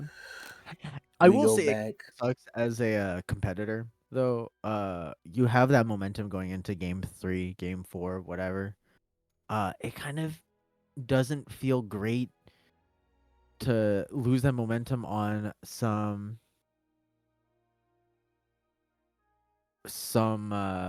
technicality. Technicality. You know? Yeah. Yeah. Sometimes it just that hiccup in momentum can really change the mindset of a player and just the way that they're going to play. It is something you do have to keep cognizant of, but can be a little bit of a cooler. Yeah, it's true. I believe we call it icing in other sports. Yeah. Happens a lot, especially in football. American Ice, football. yeah, ice That out matter. the opponents. Call a Mhm. timeout specifically to. I Yep. don't. Once again, don't think it's intentional. I think they were all just a little bit too hyped going into the next game, and we're like, wait, this is not what I wanted. As we're going into game 3, I believe it was Trophy's Edge. Fine, dirty. Here we go again. Sandwich. Here we go. Game 3. Getting the protein in before the start, getting some pre-workout. As immediately Harley getting a quick 32, finding Shaggy in a disadvantage, but ignited means that the damage is just gonna keep going up. It's the heat. It just keeps building. Bat bomb connected. A little bit slow on the conversion. Brian trying to go for it all, and then ends up SDing off the bottom. Happens. Great parry from Girthquake, and returned by Shaggy. Brian said, oopsie, let me try that again. Take 2 with feeling. Closing out his first stock. Kill thyself. It happens. It happens. Brian G was able to get a little bit of payback. Got that there off the side of the stage there. So we're tied up again. 1-1. Heat difference not too crazy. 50-2. You can always close that gap. A little consistent moves here. Jab confirms from Shaggy are gonna eat up so much health anyway. So I'm sure Brian G's not too concerned as of now though. Girthquake trying to edge guard a little bit, can't connect with the nair. Sarah comes out, but nope, eat this dare real quick. I really like Brian constantly not constantly, that's but regularly goes for these jump reads just to force out an option from Harley. They're not super committal, but if they do connect, it's kind of devastating. As we see here, Brian hunting for those jabs and jumping around the projectiles as they come. Earthquake challenging Shaggy in the air, able to close out that second stock. Brian unfortunately getting pushed into the bat bomb, but tries to find something here on their own. 77, 80, 90. This is kill percent, kill damage. Kill heat, however you want to say it here, as Shaggy looks to end it all with a jab combo. Kick lets him return to stage. It really takes one jab at this point for a Sarah, and all of a sudden the stock count Time to break out the evened dark up. medicine. Good on Brian to also not let the SD early on affect him this game, able to bring it all the way back. Continuing the pressure as we see them dancing around a little bit. Great dash attack. Getting caught with the Sarah, but getting hit backwards. Allowing Brian to return to a neutral position. Real quick, trying to connect with that neutral attack again. just kind of get some nice style points here. 108 to 18, 33 now. This should be Girthquake's match, but we'll have to see how Brian G plays this. You know, in the midst of adversity, how you show up again really matters. Brian G on the edge, trying to figure out what the heck he's gonna do. Ooh, the jab confirmed misses, and there's the up tilt to get you. Oh, well, excuse me, up special to get you off the mat. Well, You know, Nurse, words we got don't some mean murders anything. over They're all here. made up. yeah, sure, yeah, we acknowledge this in Crack Media. We acknowledge But this. we are going into it. Game 4. We might be getting into another Game 5 series here as we see Brian going back to Trophy's Edge here. I don't really know if you need to change anything if you're Brian at this point. Kind of an unfortunate game there where you know, you throw away a stock early. But I feel like Brian consistently is having a good game plan, was able to bring back the game despite a tragic loss. And really, it's a couple of sequences that let Shaggy just win. That's one. Hunting for the dare, but Girthquake able to fight back onto stage. Say it is scary playing against the Harley. Those Sayers, you can accidentally run into a Sayer and all of a sudden you're taking a billion damage. You accidentally run into an up air and all of a sudden you're dying off the top. Let's do you some Girthquake does a good job of capitalizing on all the hits that they're able to find. Take 2 of these and call Jab. me in the morning. Combos. Oh, what a Jab out. bait. Let's test Yeah, that was actually pretty fantastic. Players tend to see that bad bomb connecting to them and they just instantly, you know, dodge, just, you know, in anticipation of it, but it doesn't always work out. Sometimes it does work out though. Good Sayer there coming from Brian G. Anywhere close to the edge, and that's wait. Dr. Quinzel's revenge. That was a fire play right there. Okay, Yes. Can I show you my power? And then did. and then did just that. Well done. 1-1. Still in 1-2 in favor of Girthquake on the Harley here. You know, I'm thinking to myself, we're either going to see a Harley Ditto in the winners final, or we're going to see Brian G go against the one character that Brian G goes against all the time, which is Harley. So interesting matchup to come up here in the winners final. Trying to bait out so Brian G stops charging, doesn't go Super Saiyan, doesn't matter. Super kick doesn't connect though. Right now we're just seeing Girthquake just connect move after move. The mod special comes out, can't do much with it though. This is pretty fantastic work. Ooh, the neutral attack doesn't connect. Good combos here. Almost connects with the uppercut. Shoryuken doesn't do it. The neutral air though at 105. We're looking at trouble here. Brian G's gonna want to play as safe as possible. Dodges the neutral attack. Counter Sayer. Diving off map. Sayer again. With the uppercut though. Okay. Time to break out the The dark. multiverses of your life, Brian G. That's what we need right now. Pack this It myself. is a position to be if you are the Shaggy player here. Not really where you want to be, but I mean, Brian closes stocks as well. You can see Brian once again running to the blast zone, trying to get anything. Oh, finally gets the reversal. Did land, so he got to refresh all of his. Why is this working? I Why is this don't working? know. I think Brian's a genius. Brian has to be a genius. There's no way. Wait. Do it again. Do it again. No wait, he's out of he's burnt out. He needs time. I'm actually nervous right now. No. No.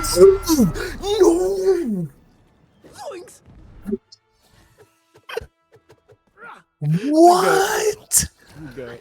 The goat. The goat. What? Nah, clip this. Please. There's no way. Nah. Oh my Nah. God. That shouldn't have worked. Why did this work? I need Brian to. Oh god. All right, Grovequake. Grovequake. I think Grovequake got this next one. Listen. Grovequake got a little impatient. You know, Yes. sometimes when they just run away, you get really impatient. You're like, just fight me, bro. But I mean, Grovequake's been looking so good the last 2 games. Yeah. You can't really take that away from him. It might have. Hopefully, Grovequake is not feeling the cooler in this situation.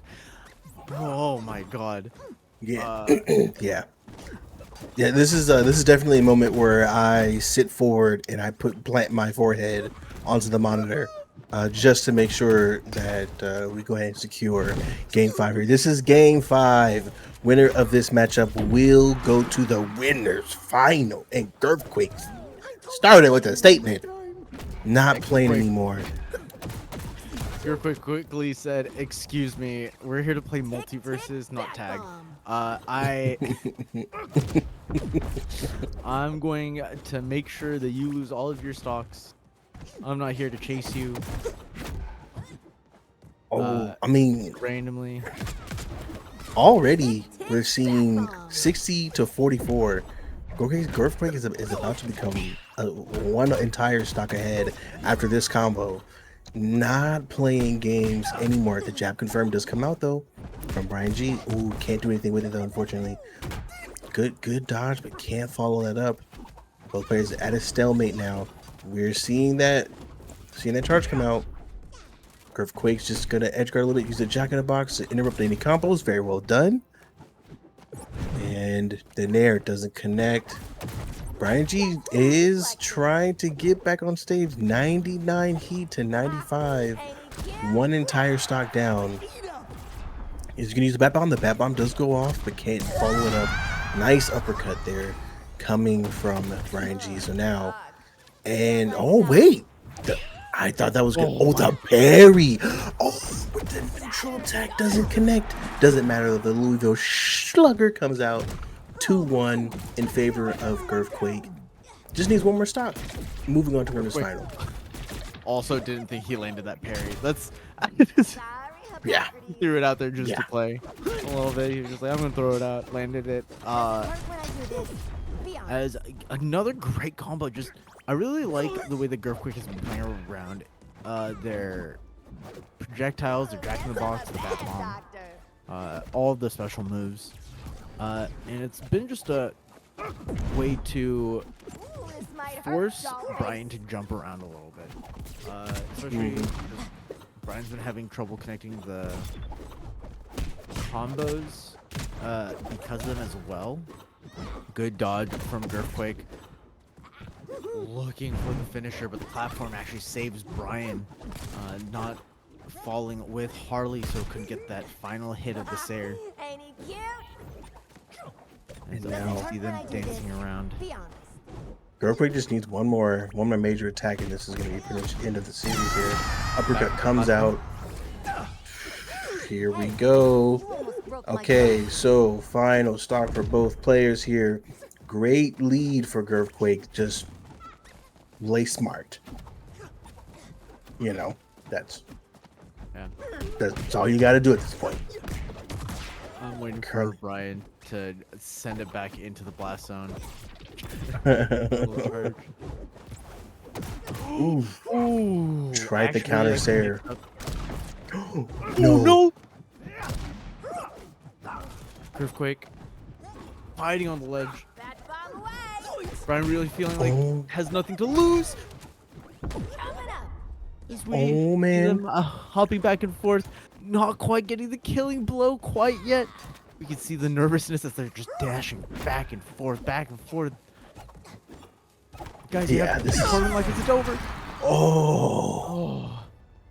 Okay. Good catch by Quick, closing it out. That was about to be. We were about to shut the whole stream down. I'll tell you that right now. That was about to be a in stream button. Wow, that was a clincher. That was a I- clincher. God, good job to Brian taking that all the way to game 5, despite everything else we saw. Garfield Yeah, really took control of the match early. yeah. When I say everything that we saw, I meant that on like Girthquake's side. To be clear, I know that I'm the Brian G hater. I need to put this out there, not him, but like, it's what a what a performance from Brian. Just keeping it together all the way. Girthquake though, just huge presence all over the screen, chasing down left, right, able to scoop. The one time that he just hit the parry button to interrupt his own combo to force Brian to Yeah. parry so he could just restart the combo. Oh, uh, well deserved by Girthquake. Uh, his heart is also beating. Just Oh out of my his god. chest as he moves on to winners finals with Brian able to take a little bit of a breather, waiting in losers finals himself. If we look at the other side of the bracket here, it looks like Draco is waiting in losers quarters for, I guess. Oh, sorry, I lied. Sorry. I just thought that was winners finals. That's how clenched I was. Uh, no, Brian should be dropping down and going up against Draco. Um, just another Harley. If Brian does anything, it's a Harley gauntlet. That's what Brian's known for. On the other side of the bracket, we have Lonely waiting for the winner of POTUS versus M Nano. As Quick moves on to face against Mott's. Now, almost famously,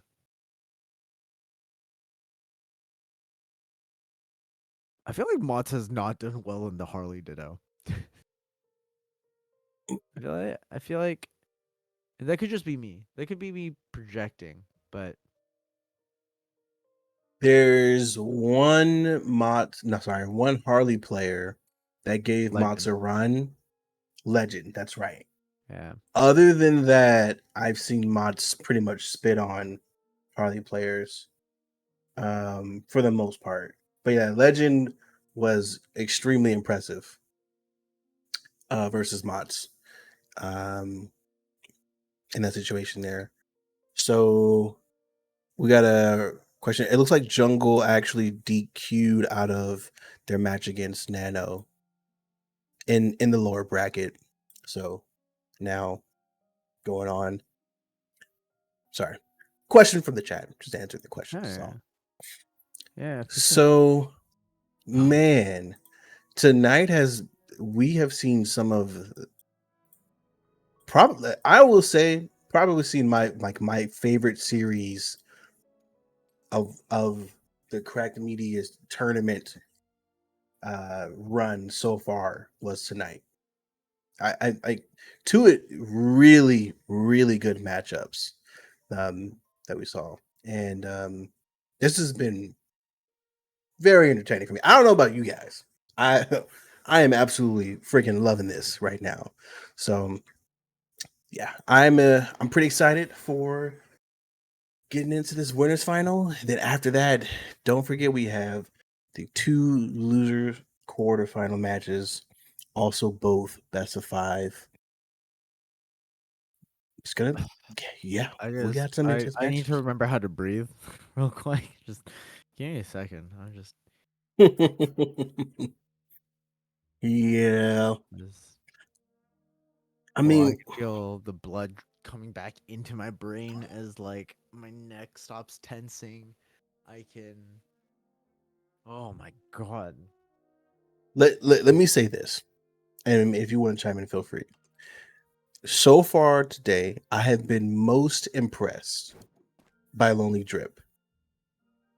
Probably the most impressive performance I've seen today.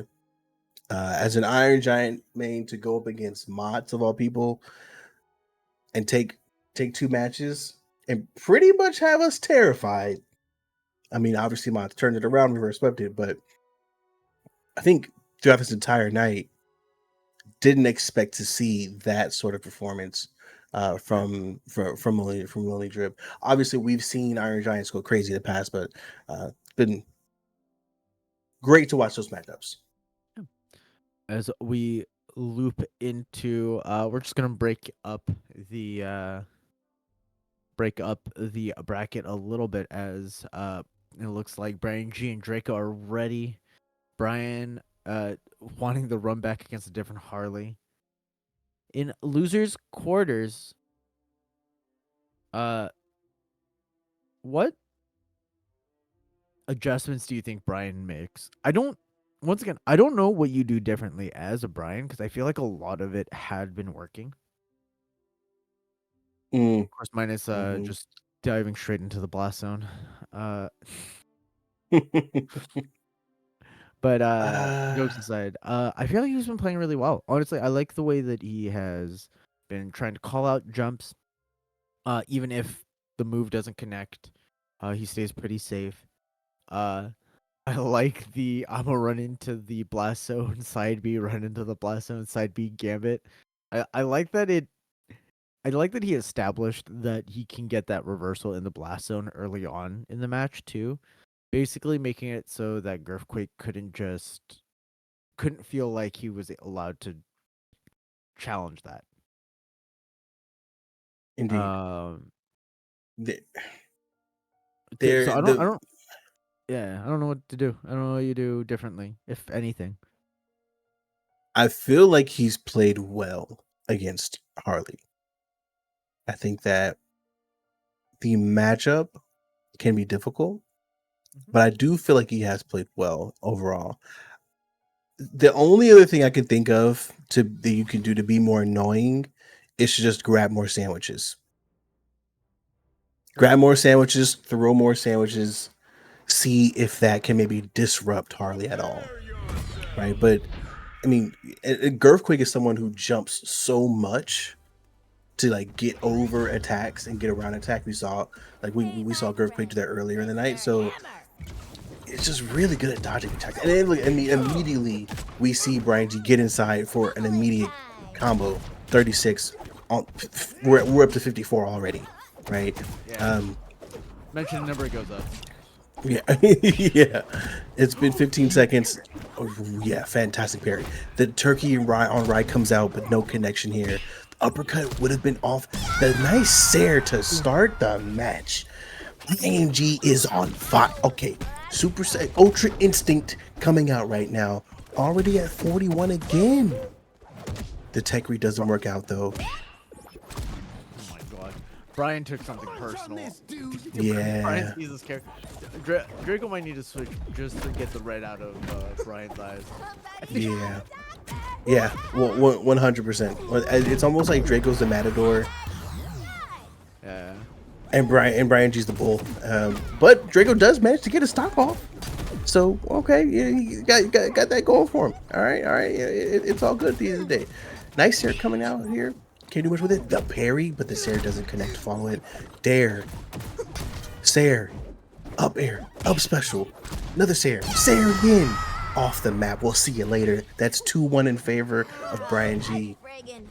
Brian G is not playing. I mean, he's playing, but he's not playing. You get what I'm saying? Yeah. I like that. Oh my god, really just pushes the issue into Harley. Saying, hey, you're not allowed to just slide down there. I'm going to force you to make an option. I'm going to push you out. Unfortunately, this time it just didn't work out holistically. But great weight on the bomb 2. Didn't chase down Harley, understanding that the bomb was going to explode. Didn't want to give that opening to a Harley Quinn. Now all of a sudden, Brian is off stage. Oh, but just calls out over and over again with Oh. those. Oh, Brian really just. Brian took the last set personal. I'm like splurging for some And- pizza tonight. And just brought it to this game. He was like, "Oh, it's another Harley. I'm just going in. I'm just gonna hit you in your face over and over and over again. I don't care if you hit me. I'm gonna hit you harder." That's really what that felt like. yeah. I'm doing a Thiz face from that ending right there. Yeah. I'm thizzing hard off of that. Shout out to the Bay Area. fair. Jesus. Yeah, Man. fair. That's something that we saw in those 2 weeks where Brian G dominated and got those 2 wins. So many dare attempts, and they worked out. A lot of them worked out. So I'm not surprised to see that continue to work out here. But we're in game 2 though. Brian G up 1-0 on the series, starting with the nice jab confirm into Sair, the second Sair missing. Ooh, okay. Nice Sair coming from Draco. The dare comes out again though. They're just both playing off stage, seeing who can do what. Back on stage though. Combo starter not working out. Nice parry into the Sair. One of the things that I really like, just one of Brian used at standards, and I don't know if this is a Shaggy standard because I haven't really seen any other Shaggies as of late. But he does this like little pivot move off stage to get the Sair out, which is a little bit better than the just jab coming out. He like dashes. He like waits on the corner, dashes off, immediately turns around with the Sair. And I really like the way that he uses that to like get pressure off of him. Good weight. Unfortunately, Oh, ignore what I'm saying, Brian. Oh, Brian, you live your best life, I guess. yeah, That's fine. Yeah, yeah. Fair. donate one. Fair. Yeah. Fair. Donate one. Word. Charity stock. Yeah, I mean, what we just saw was some straight nasty work. Over and over again. No. Oh no! Wait. Brian. I don't know if Draco could have done anything there. I'm like What would you even consider that? Like you just stun locked you into the blast zone. Like, what? I don't know what that was. I genuinely don't know if he could jump. I thought you were supposed to stay in place when you got stunned. I don't know if there's any like hit stun afterwards. There's no punish, but I don't know. I don't know what happened. Okay, so, ladies and gentlemen, Brian G has woken up. I don't know, just injected. Oh, that's not something that you were expecting. That, but he was trying to get that parry off, as you see, but he just a little too early, and unfortunately paid the price. So it happens. Okay, you know what I mean. You know, you're dealing with fire. Sometimes you're gonna get burnt. Nice parry though. Evened it up 48-0, 1 stock even. Not a problem here. Not a problem. Brian might start getting punished for his hubris here, or he continues just swinging, because he keeps getting into these positions where it's actually not that safe. Oh, actually, a great option from Draco, knowing that Brian's been parrying a lot of the approaches. I was gonna say parrying a lot of the approaches, so he uses a projectile just to make sure that Brian can't. Nah.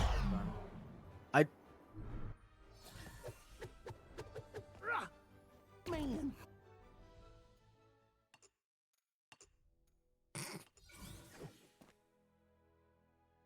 That's the series. You know? It's the series.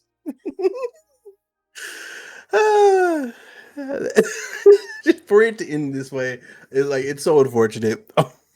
uh, Hey, uh, a reminder that this was losers quarters. Congratulations to Draco making it all the way up here. You know, beating a lot of really good players.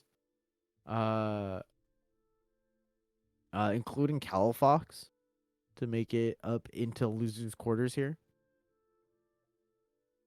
But man, Brian had a vendetta of some sort that game. I don't know. I don't know what happened. I don't know. I don't know if Draco typed something nasty in the match chat or anything. My God, what a yeah, game! I yeah, no, That was just pure malice. I don't.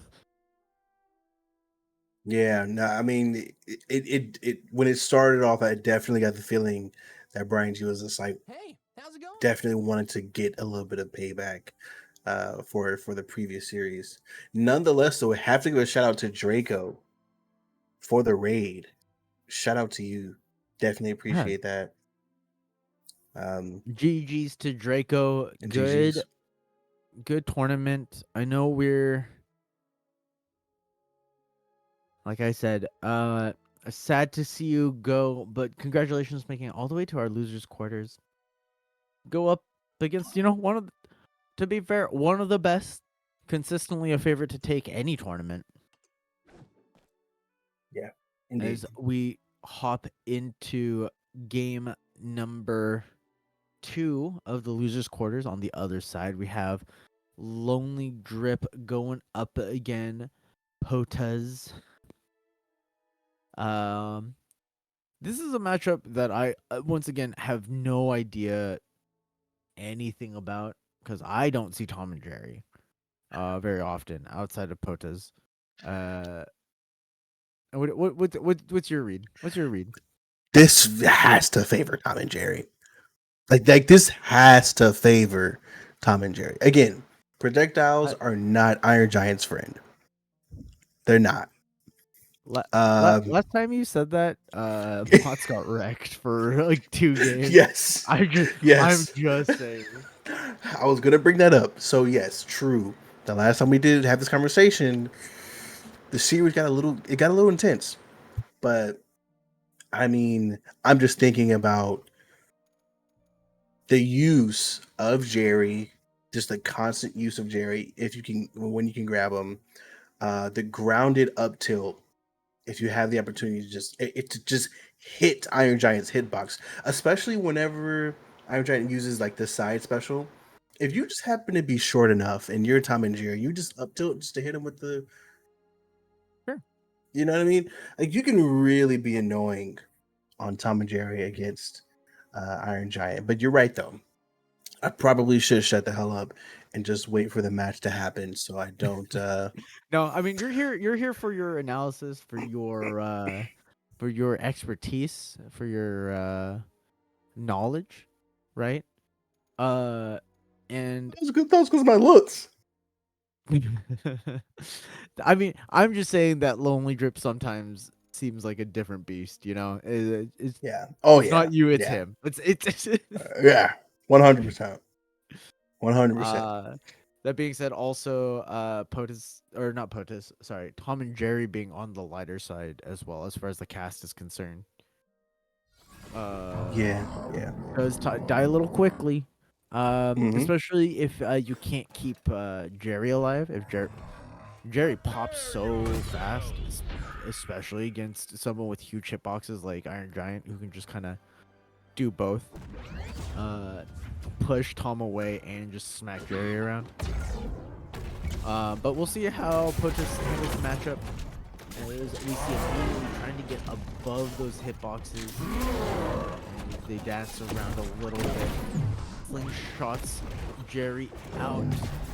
Trying to like keep away with the big hunk of metal. It is the Iron Giant. Ooh, but Lonely finding their way in, getting not a huge amount of damage, but a decent amount of damage committing a lot to the Jerry kill, actually. Ooh. This pays off as the combo starts. One more strong hit of Nair or Sair will do it. But Jerry's back. Yeah, great use of the EMP when Jerry pulls off that grounded up tilt. Because that is such an impressive move if you get caught in it, that you can just get juggled over and over again. So really good use of the EMP there. That was actually smart. Now we're sitting at 130 to 90. Iron Giant turning into Ray Lewis here, giving this man a linebacker tackle off stage. One stock to 0, but still, only drip at 143. So one good hit. The fishing rod can do it. The cast iron can do it. The air up tilt can do it. And wow, I'm surprised it doesn't clear. Yeah, there we go. Every time I have no idea why Iron Giant isn't dead. But honestly, doing a great job. POTUS is racking on a lot of damage onto Lonely pretty quickly. But Lonely aware of how far Tom is. As soon as Tom gets just too far away to punish, Lonely goes for the Jerry kill, but now POTUS putting on a lot of pressure. But apparently 126 heat is not killing, so Yeah. see how this stock ends here. The up tilt. Good closeout. Nice. Good The other closeout. special with the rocket to do that. Yeah, no, definitely. Again, this is a matchup that I definitely believe is heavily favored for Tom and Jerry. So the fact that Lonely Drip is even still in this at the moment is very impressive. I mean, at this point though, I mean, nice combos. This should be a stop, and it is. Tom and Jerry is a very light character, so I can't say I'm too surprised to see that happen there. Now, POTUS, having a pretty decent lead coming into the stock, should be able to come out with game one. Nice use of the Jerry into the Sair. Again, now the up tilt, the rocket, but can't connect. Still using the up air. He's trying to finish this off if possible. Rocket doesn't connect. There's a dare and the up air. Game one in the books. Yeah, honestly, Tom taking the lids to Lonely's first game, going up 1-0, making the matchup known, making a statement, being like, hey, you need to fight your way through me.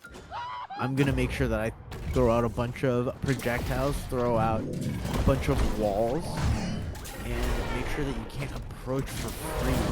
Now, Lonely, we have seen as soon as they get a hit off, like a solid hit, they know they can chase down, they will. And generally it'll lead to a stalk. Generally. Not quite yes. there yet, but right there we see the Nair, I believe, finally connecting. No, that was really good. And this is something that you kind of expect. You know, when you go off stage against Iron Giant, you're in trouble. I mean, let's just call a spade a spade. Nice rocket into the up air. Damn, bro, that was so nice. Definitely nice little connection there. Side special missing there on the side of Lonely Drip. Trying to use that shoulder, but can't quite do it though. POTUS is just chaining into other chains, into more chains, knowing exactly how to use those projectiles to their advantage. Side special they're coming from Lonely Drip, but can't do much with it. Again, this is just a tough matchup. If you're Iron Giant, so many things, so many distractions to be mindful of. Nice dare there. Really good job of playing around Jerry. POTUS is making good use of understanding when he has Jerry out, when Jerry is dead off screen, not able to show back up for a while, more patiently I don't know what killed him. Could you tell me what projectile connected? My old man eyes did not see what happened. He shoulder tackled Tom and then all of a sudden flew up into the blast zone. Yeah, no, that was insane actually. Now, Lonely Drip able to get a second stop off. So now we're looking at 2-2. The gap isn't that crazy if you think about it. I mean, now it's starting to close even more. Both players are doing their best to kind of stay in this match as best as possible. God, okay. Oh, this is chaining together damage, yeah? The dare comes out but can't quite use it. Oh, good dare. Okay. All right. Okay. Well done. If there's one thing that I have learned today is Perry's pretty good. Perry's Nah, you knew that. You knew that when Mach went against Oog the Legend. We saw that happen for sure. It was just parry into parry. Yeah, I do think it makes Iron Giant's job a little bit harder here when Tom can, as soon as the Iron Giant's gonna get in, that he's gonna hit a hitbox, because if he doesn't, Jerry's gonna throw out a champagne cap right out and smack you. So the parry itself is actually pretty safe, but we see over and over again the up tilt, the champagne corks, the tennis balls, just juggling the Iron Giant back and forth. Is this the kill? It is. What a sequence. Yeah, no, it's everything you expect to see happen. Right? It's just the use of the projectiles over and over again. There's so much utility, from Tom and Jerry in this case. It's just so hard to keep up with these things sometimes. That's another thing to point out too, is just like the use of the dynamite is something that we haven't seen too often. I know we mentioned that whenever Jerry is out, you have the opportunity to destroy it pretty easily. But that's something that I haven't really seen Lonely Drip do too much, and I wonder if it's just because of just if you're going to have that type of attack. I don't know. Maybe Iron Giant's just too tall, to reach Jerry on the ground. But here though, we're looking at a 121 to 95 difference here, with POTUS an entire stock up, still 152. Lonely Drip still on stage at the moment. Can't follow up with that up air, but POTUS wanted it, and there it is, second stock in the books. Wow. Oh, great parry coming out from Tom.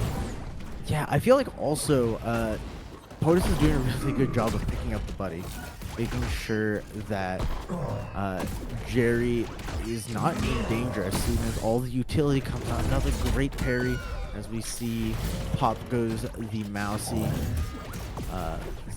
Goomba stomping on Jerry's head there.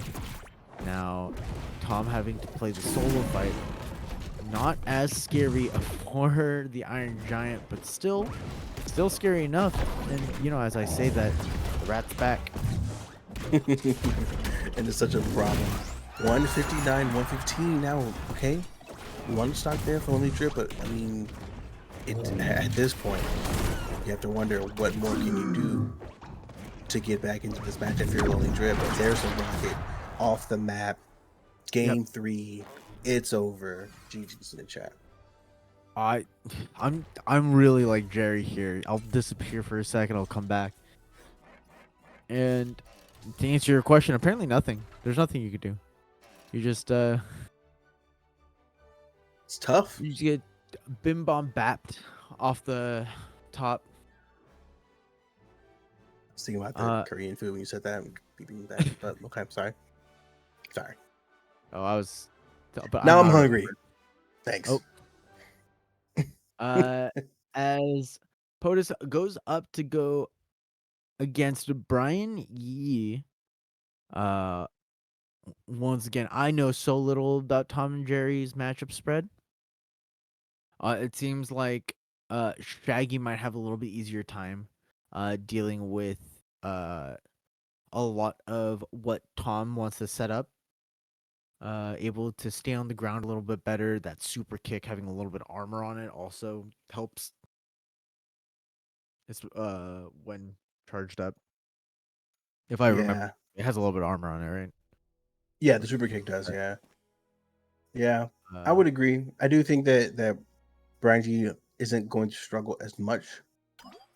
The thing about Tom and Jerry is that there's so much utility you have to worry about. It's so difficult to keep up with at times, right? So Yeah. as long as Brian G on Shaggy can get around that utility, be good to go. But that's easier said than done. Yep.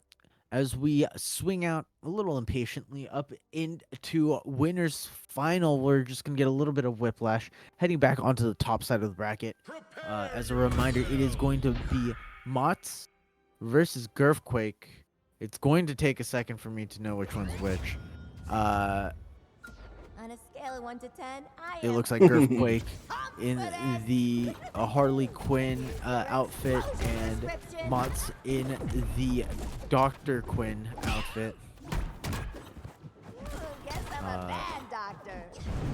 Quickly trading back and forth. Again, Mott's in the red, Girthquake in the blue. Ignited. The Ignite does so much damage. Yeah. Just in general. Huge sequence coming out from Girthquake. Scooping up. That Nair does reach her back behind Harley. And Girthquake's able to find the Glugger, as you will, to close out that first stock. As we see now, it is Mott's on the hunt. Yeah, Mats is someone that has gone against Harley clones in the past, so this isn't a new matchup per se. It's interesting though that Girthquake's holding his own. Definitely not folding by any means. We're curious to see how long it's going to take for Mats to get that first stock. I mean, all of this chip damage coming out from Girthquake. In the meantime, pretty nuts. That Girthquake is currently up 2-0, holding it down in the stock race, not giving Mott's any opportunity to respond. Nice Nair though coming out. Mott's able to finally get the first stock with the up special. 1-2 and not in favor of Mott's. And Girthquake is using that down tilt combo into the Sair that we've seen Mott's use all the time also well. As we see Mott's fighting back off of the ledge. Great parry. Let's see what Mott's can get off of that. Huge punish. Ooh, a good dodge out from Girthquake. Letting... Oh, and the return parry. Girthquake not playing the chase game. Just throwing them into the air, but... You know, honestly, Mott's at 89 could do a lot of damage. Yeah, I mean, oh, absolutely. There's no question of that.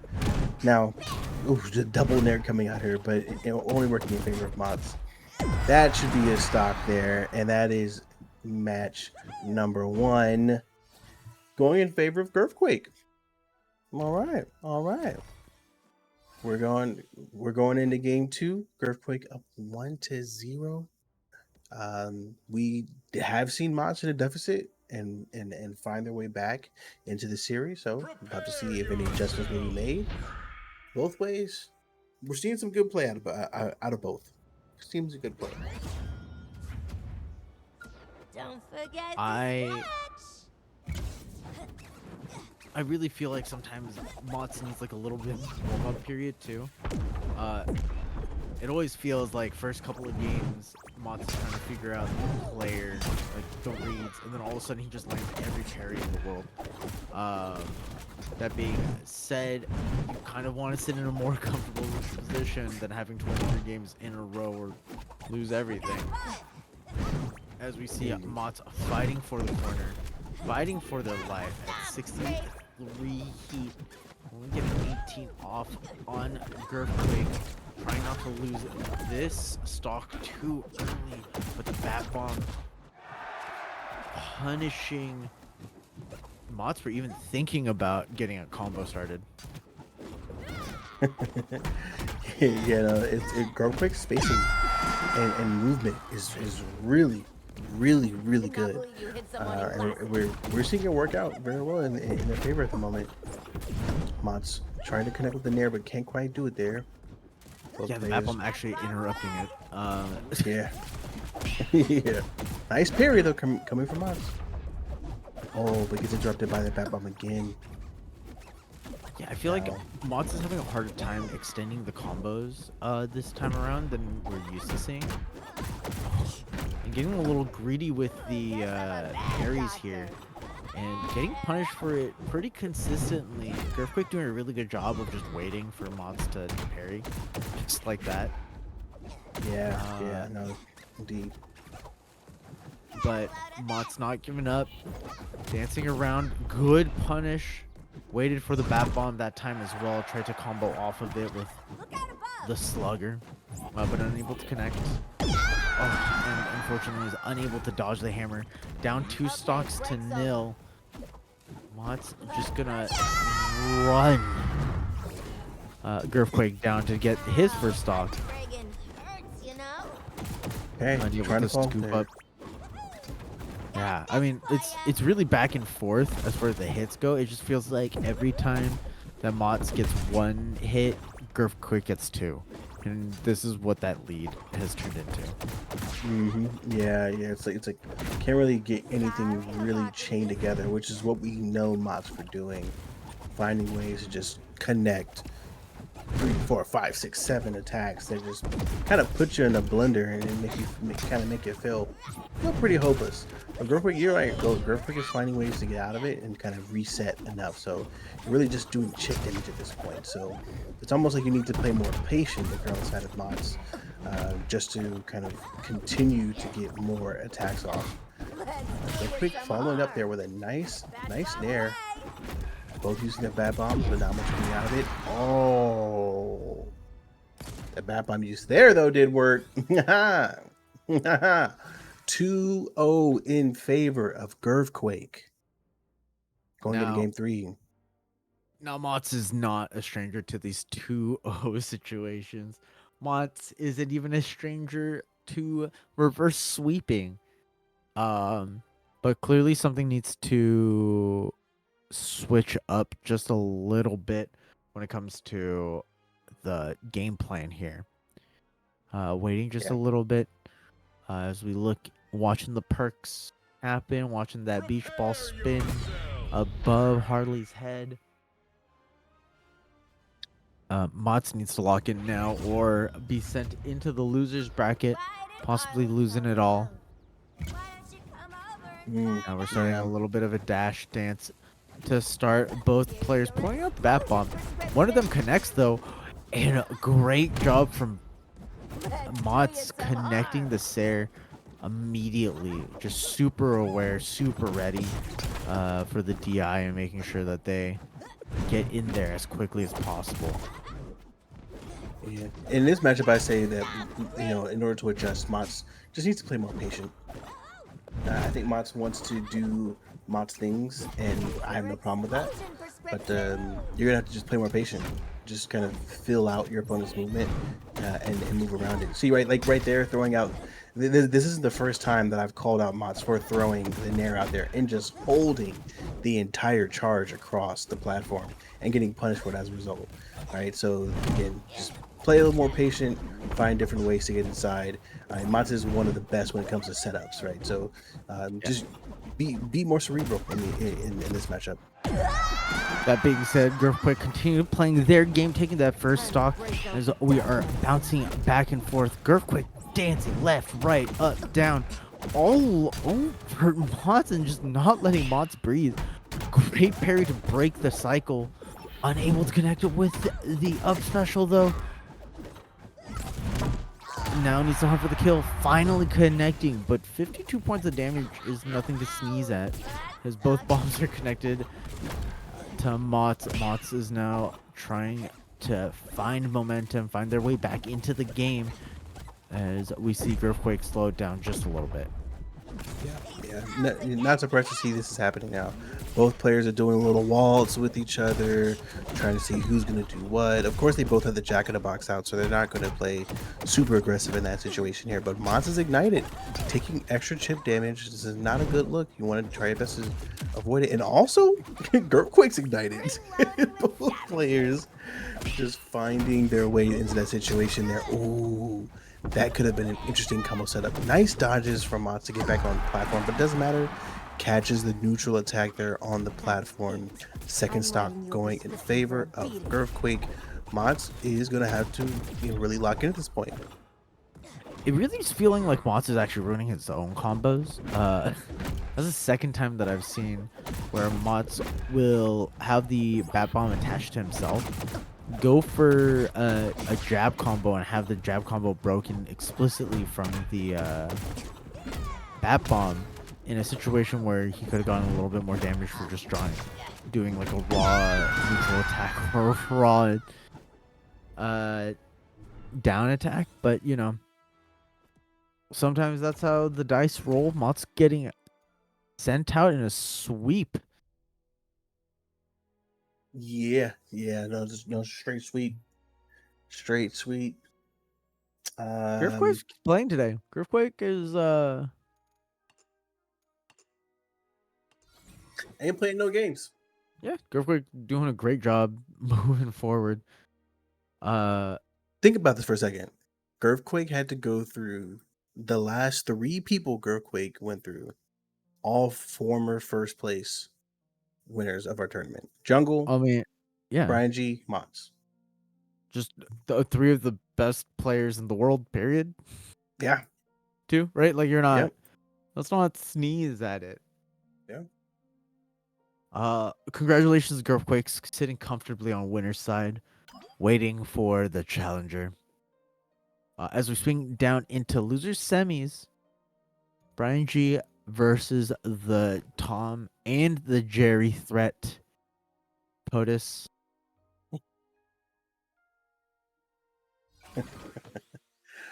POTUS hopping going in Yeah.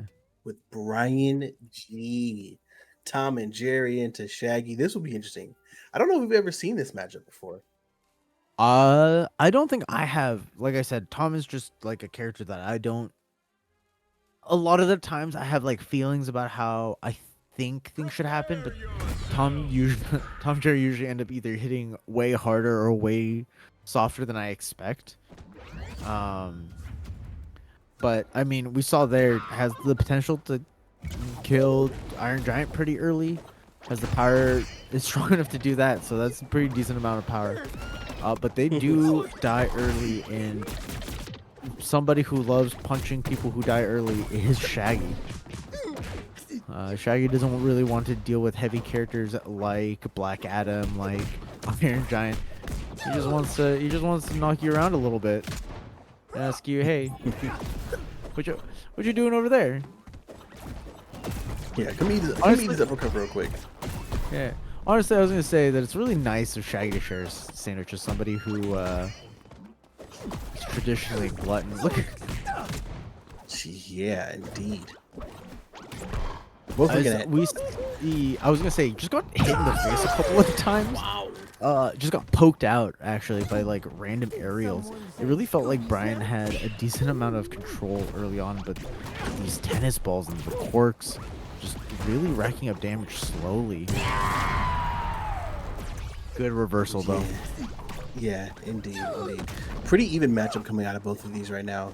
This is somewhat what I kind of expected to see. You know, I figured that Brian G was going to find a way to be aggressive enough to get inside and not let the utility be too oppressive. But as I say that, caught the meanest combo from hell. So that now we're looking at a 2-1 lead in favor of POTUS.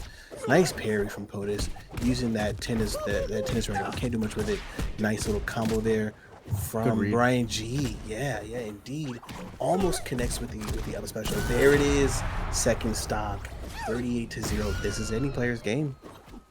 Immediately kills Jerry on landing.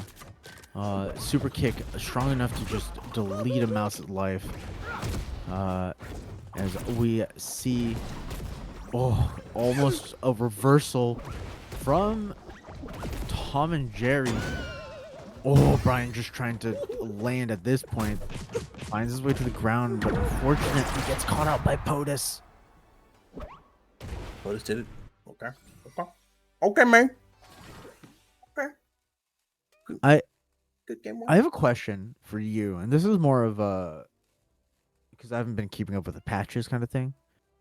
Is the projectile shield that much worse now that you wouldn't just take it against Tom and Jerry? You know you're playing against a projectile character. That perk seems like it might be really good in this situation, especially as a player like Brian who loves to move around a lot. Never mind, he doesn't need it. Apparently, apparently he doesn't need it. That was his way of saying shut up. That was it. every time I make a suggestion, Brian takes the stock. So I guess Brian knows what he's doing. I don't have to answer that. You don't have to answer that question. Yeah, that was one hell of a way to start that there. Yeah, I mean, we're going into game 2, already up 1-0 in favor of Brian G. Trying to turn this whole series around. Tennis racket misses there. Rocket connects. 114 on Brian G. Way to dodge Jerry. Almost read the uppercut, but couldn't quite do it. Rocket comes out, doesn't connect. Ooh, the lead from POTUS to dare him off stage. Well done. Yeah, that grounded up too. Those are some top player back and forth as we see kind of the momentum shift going into Tom here.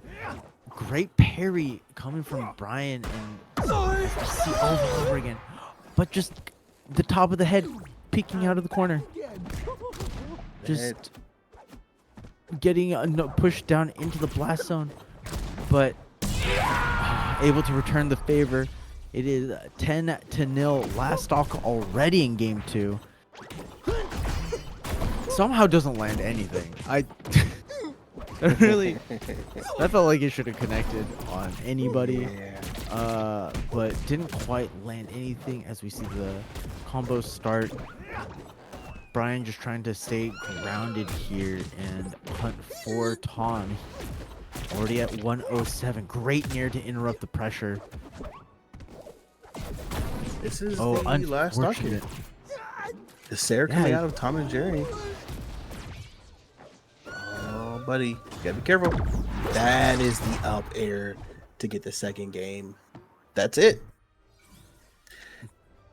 While there is a lot of utility from Tom and Jerry, there's also a lot of stopping power on Tom and Jerry as well. Dare, up air, hit so hard. And you have to be mindful of it throughout the entire match. I'm impressed with how POTUS punishes the super kick. There is a decent amount of lag on that move, so whenever it whiffs, especially because POTUS positions himself. Oh god, we're starting it all over again. Positions himself right below Shaggy when that kick ends, pretty consistently. I'm just impressed that he has the wherewithal to just kind of hit Brian out of it. That being said, POTUS getting deleted once again, but I mean, we've seen that he is not out of the game just yet. This could be a repeat of game 2. It 100% could be. Brian G did indeed get a very fast stock at the beginning of game 2. I mean, now we're already looking at it tied up, and POTUS officially has the lead. If you're considering the heat, so yeah, I mean, it's unfortunate when you get such a great lead to start, and you feel like I've got good positioning here, but you kind of lose it. That can definitely be a heartbreaker. Already 120. No, Brian G fakes POTUS off of the back, hits him with a nice yeet, and he's gone. Okay, So 100 heat, 13. Brian G, do what you can to get as much chip damage as possible, and it should make the next stock favorable. I'm surprised that wasn't enough. Oh, unfortunate. I like the idea from Brian, but unfortunately pulling the trigger just too far away from Tom to get a connection. However, now Jerry is dead, giving Brian a little bit of breathing room. Tom throwing out the dynamite to create a little bit of a wall, forcing Brian to jump, but Brian is okay to be in the air. He is comfortable where he is. He's gonna hunt for some cats. Great parry, but the up special, honestly, doing a lot more here. Brian's just kind of at too low of a percent for the parry to lead to much. That up air's gonna do it. Okay. All right. Brian's not out. Yeah, Not Brian, giving up. Brian a competitor. That's the big thing. Brian competes. That's the big thing. He competes. He wants it. He wants the dubs. As he leans back a little bit, probably breathing. Yeah. It's a little meditating. Doing what he can to stay calm. Because if that's me, my heart's driving a million miles a minute. Yeah. I mean, these players have been through this, multiple times, right? These clinching situations, and this is what makes champions, right? This is what we see every week. Ooh. That Sarah almost connected. That would have been pretty bad. Getting rid of Jerry there which is a huge play. Does eat a rocket to the face, but just use the dare and get the early stock. Only 40 seconds into the matchup. Very, very good play on the side of Brian G. I really enjoy that Brian is actually just... Oh! I like to read there, but I was going to say, Brian G goes on these really passive, almost passive breakdowns going back and forth. As he gets called out for stalling in the air. Into these random bouts of just aggression. For just random aggression. Yeah. And that's true. It really works out in places like that where he just waits and gets the read. Oh, what's a great read? You had 84 to get that off stage like that? No way. No way. Oh, I was about to say. Yeah, if Tom had a little bit of if Tom had a little bit longer of a tail, it immediately goes into the blast zone. Yeah. Nice play here. Good counter.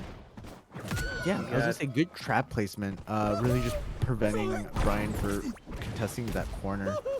That being said, we have the Shaggy just dancing around, going back and forth. Trying to call out the Tom. Good dog. Oh. Good bait off. This is a tactic that I think works so well on MultiVersus, and it's not used enough. To just run at your opponent and make them think you're gonna do something, when in fact you're just trying to bait out whatever dodge or reaction that you can do, and as a result, sometimes players will run themselves into their own ditch. It happens. I wonder if POTUS didn't realize that he double jumped. Because that happens a lot, especially with all these dodge moves. But Brian did catch out POTUS's jumps there with one of the up airs. And was able to close out that stock. Now going into game 5. Another game 5 situation for Brian. As he dances back and forth, a beautiful movement, getting in on Tom and getting a good amount of damage as he danced around the bullet hell that is playing against Tom and Jerry. However, Tom takes the control back. Of course, as I say that, it goes literally the opposite's happening on screen. but Brian is able to take the first stock of Game 5, this time without having a huge heat lead. And we even it up 0-0, 2 stocks left. Yeah, buddy, this is it. This is game 5. Whoever takes this is moving on to the lower brackets finals against Mods himself. One hell of a matchup to see going up next here. Jerry has been eliminated, which is what you want. That's what you want. So now, if you're Brian G, throw some hands. Ooh, almost caught a fantastic read with the uppercut. But that up tilt though, so strong. The knockshot comes out, but can't do anything with it. Again, trying to play some games. But can't. Okay, nice. The uppercut for the uppercut to eliminate at mid 80s is insane, but it's working. So Oh my god, return the favor. And the reversal. Okay, this is it. Game Last 5. stock situation. Last stock. Whoever takes this moves on. As we see them cautiously throwing out hitboxes. Tom gets the first decent hit there, but this is the situation that Brian, fortunately, is unable to get the full combo. Oh, waited for the dodge. It wasn't there that time. Gets punished for the side B, but is able to make it back down. Oh, Ooh, the up air. Another one. damage. You're just taking Oh, damage. he The gets Tom's back. also at kill percent. How is he going to be able to get back on stage? Okay, able to get back on the platform now. Jerry comes out. No. Oh, the projectiles come out. The dare. That it? The Sayer. Oh, is not quite it. As we see POTUS dancing back and forth. Is it going to be Brian or POTUS going back? Serena Williams. Try to make it. Oh.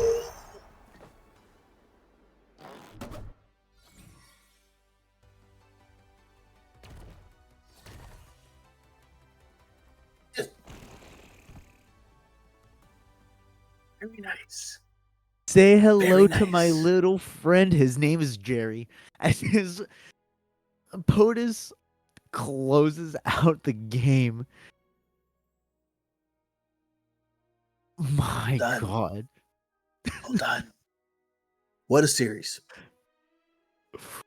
Whew. What a series. Now, congratulations, POTUS, to moving on to losers finals. That being said, Brian might feel a little relieved that he doesn't have to do silver lining. He doesn't have to do the Harley Gauntlet in a moment. Yeah. That's basically what you're gonna end up having to do here. I mean, Brian's taking fourth in this in this week's tournament, which means you're still in a fantastic place as Yeah, far for as sure. the season 1 ladders are concerned. This is again where we stand as of today. We should see this updated this weekend. Make sure you are keeping your eyes on the Discord channel, the Cracked Media Discord, to see any updates to this information here. For sure. Yeah, this is something I'm excited. I would love to see us get this out on social channels as well. So, uh, that's something that hopefully you can see us knocking out in the future as well.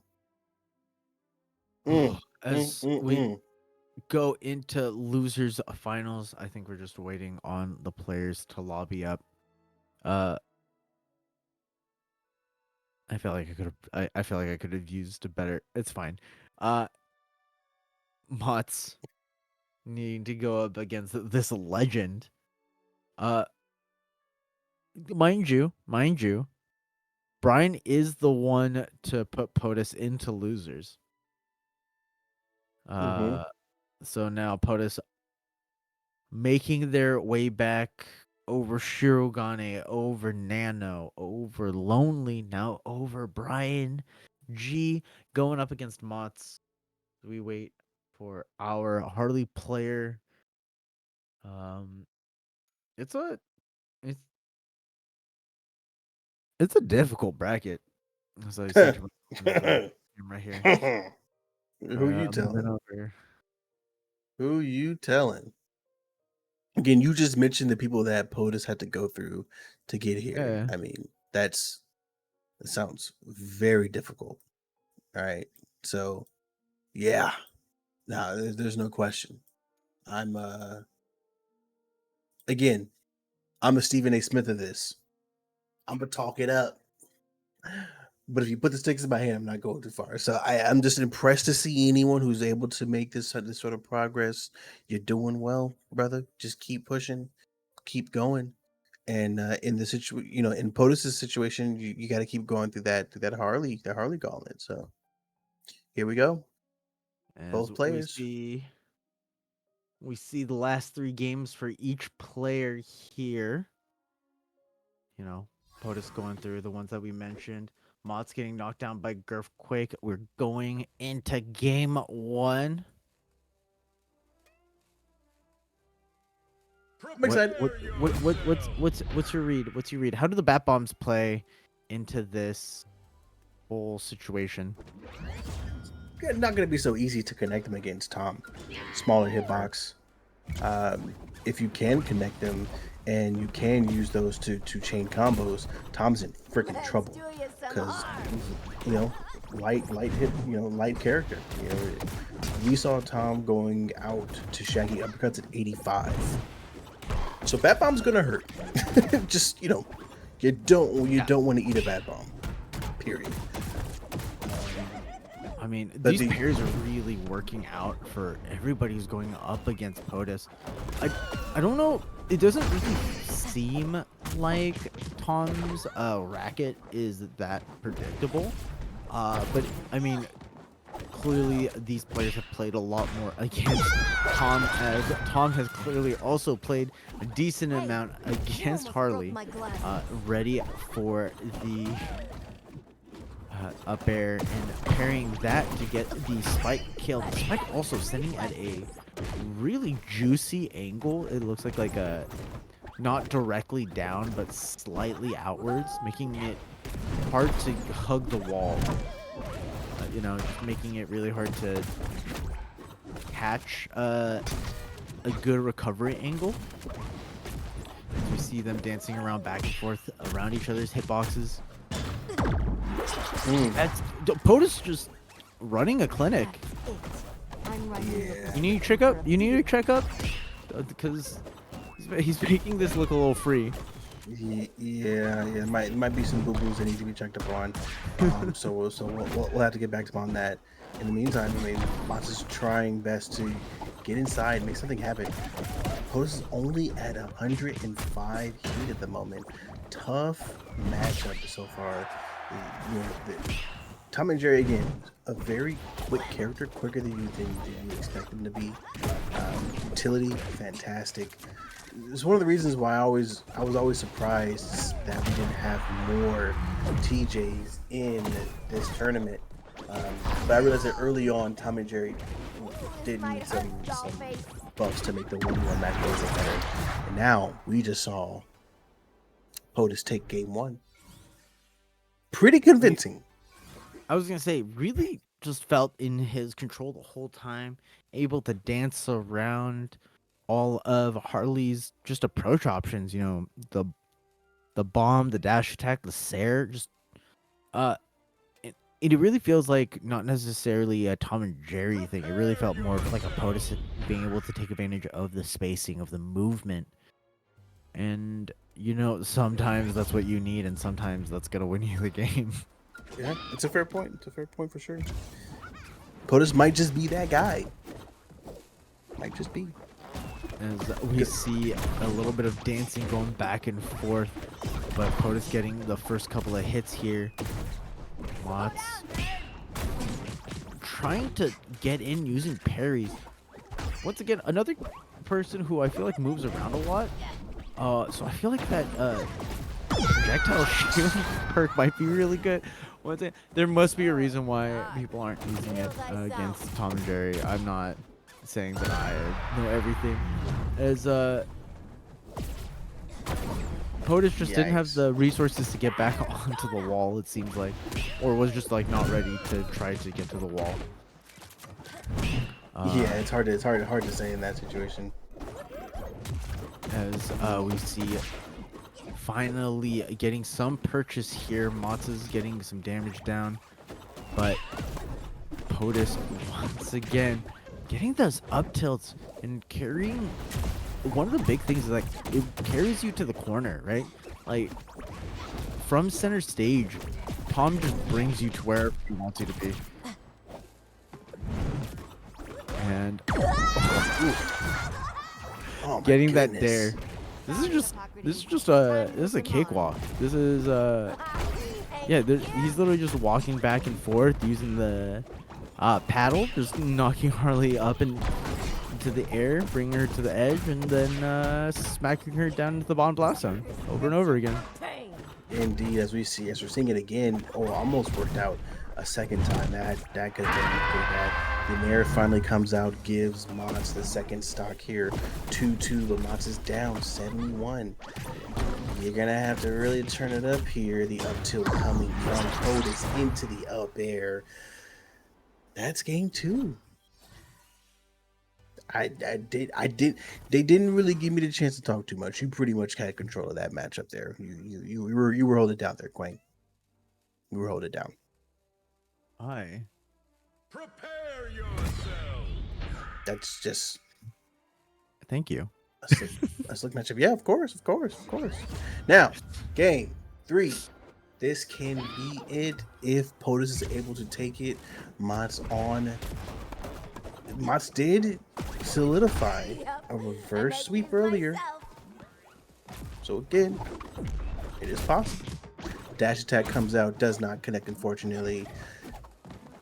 Bat bomb trying to connect again. Tom's such a small hitbox. Oh, boom, but did use the self-explosion to make something happen. Now you're looking at Jerry coming out at some point. Okay, Jerry is on platform, comes out again, but does get a good dodge here. Doesn't fall for the projectile return. It's set up for an easy stock though. That it almost looked like that one shouldn't have killed, but it was so high that I also can't. Yeah, I'm not too surprised that it worked out. I do think that a big thing that we're seeing out of POTUS, right, is that they are just getting more off of their hits because it feels like Mott's is not ready to deal with the extra projectiles coming from behind Harley, coming from the Jerry. Oh, unable to parry the Jack box. We saw him go for it, but while POTUS is just so ready to get any hit and really pushes every moment just a little bit further and making sure that he's in position to punish anything. That being said, it is Mott's all of a sudden basically evening up the heat, the damage numbers between the two. Breaks the combo using the Jack of the Box, but now at 116, my previous statement no longer stands, and the last stock for Mott's before getting knocked out of the losers bracket. Playing a little bit patiently, but really needs to find a way to get in and get the damage numbers up to find. Oh, okay, there we go. Finally closing out that stock, not taking too much damage. It's the last stock of game 3. Will POTUS close it out fully? We see those tennis balls just purely defy gravity. Or will Mott's find the combos that we know Mott's to be known, that we know Mott's can do? Yeah, man, that's pretty much what you need to do in this situation. But the up air continues to come out from POTUS, and POTUS takes the series. It's tough, man. It's a tough. It's POTUS was just ready for everything that Mods threw at him. And like the utility coming out, you have to worry about fishing rod, you have to worry about Jerry, you have to worry about the tennis balls, you have to worry about the dynamite. I mean, there's just so much you need to be mindful of. The up special with the rocket, it's like if it's not one thing, it's another, right? And it's all Yeah. coming at you in such a way that it's swarming. So GG's to mods. That Still my goat, but POTUS, but you are the winner. and Moving on to POTUS. the grand final. Now, as a reminder for those who may not know how these double elimination brackets work, because it is double elim, it does mean that Girthquake does need to lose twice for POTUS to take the crown. It needs to lose 2 best of 3s, while Girthquake, since POTUS is already in losers, only needs to take 1 more set, putting a little bit more pressure on POTUS. That being said, POTUS does, have a little bit of Harley practice, have a little bit of readiness, a little bit of a warm up going up against Mhm. Mott's. Yeah, Now, Girthquake is kind of a different beast, especially if what we've seen today. If Girthquake is able to keep up that tempo change, I don't know. I don't know what you could do against that because as we're playing these brackets or playing these games, watching these games, casting, I do the same thing. I do the back and forth in my head. I'm like, oh, what button do I press? What yeah. do I go for? And going up against Girthquake, I get hit every time. Uh, Fair enough. I get hit every time. I die every time, and man, Yeah, as we if are, if there's a warm up that I want going into this grand final for Harley, yeah, it's mods. Like if there's a warm up that I want sure. going, all right, I think I can do this. It's against mods. So I think I this is mean, the yeah. perfect setup. If This is the you're perfect gonna setup. go up against the best Harley in the tournament theoretically, I would also like to warm up against the other best Harley in the tournament. Yeah, without question, without question. So, Uh, uh, perfect that setup. being said, I do believe that Girthquake has played. As I need to switch up my setup a little bit here, says my headphones. Um, Girthquake has, I believe, played Marvin in the past. If I remember correctly. So maybe we see Possible. a little bit of projectile versus projectile gameplay going on. I know Marvin isn't as favored in the singles brackets, but I mean we'll see Hmm. here in just a moment. We'll have to see what this turnout looks like. I mean, looking at previous tournaments, it looks like Earthquake did play Harley as well. So that is not very different from what we're currently seeing. I might be wrong. But you, I mean, you could totally be right. I mean, it's not out of the ordinary for these players to, you know, try out a new character every now and then, right?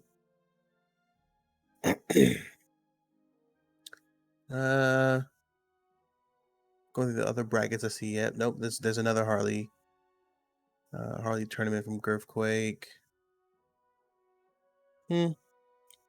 So far, just seeing Harley. But Girth will let us know. Yeah. Let us know indeed. All right. Well,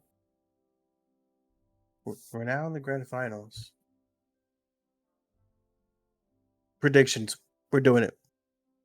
Prediction. What are you thinking? POTUS 3-2, POTUS 3-1 in that order. What is 3-2? What is 3-1? Mm-hmm. Marvin coming out for Girthquake. Not guaranteed. Not locked Potential. in yet. Not locked in yet. Yeah. Not locked in yet. Okay, I was about to say, ooh, No, that would be something else. getting baited a little bit by the production. We could be. We very well could be. Let me. I'm just. Yeah. No, it could be a Marvin. If it's a Marvin, that'll be super fun to watch. 'Cause that'll be a lot of utility on both sides, right? But yeah, my money right now is the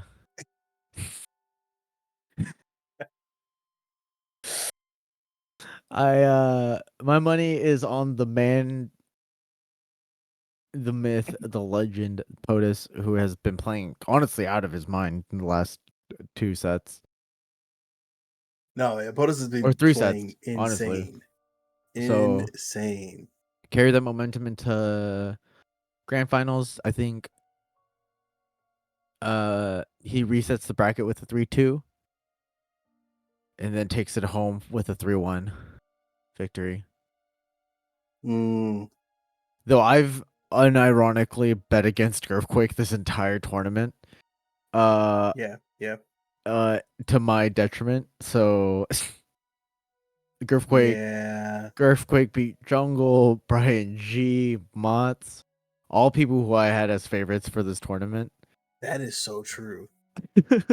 That is so true. You were Not riding jungle hard.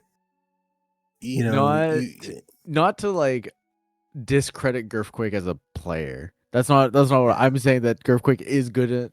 I don't think I was out of my I don't think I went out of my way. I don't think I was wrong for necessarily like maybe a little bit, but like man, every time that I bet against Earthquake, he's just won.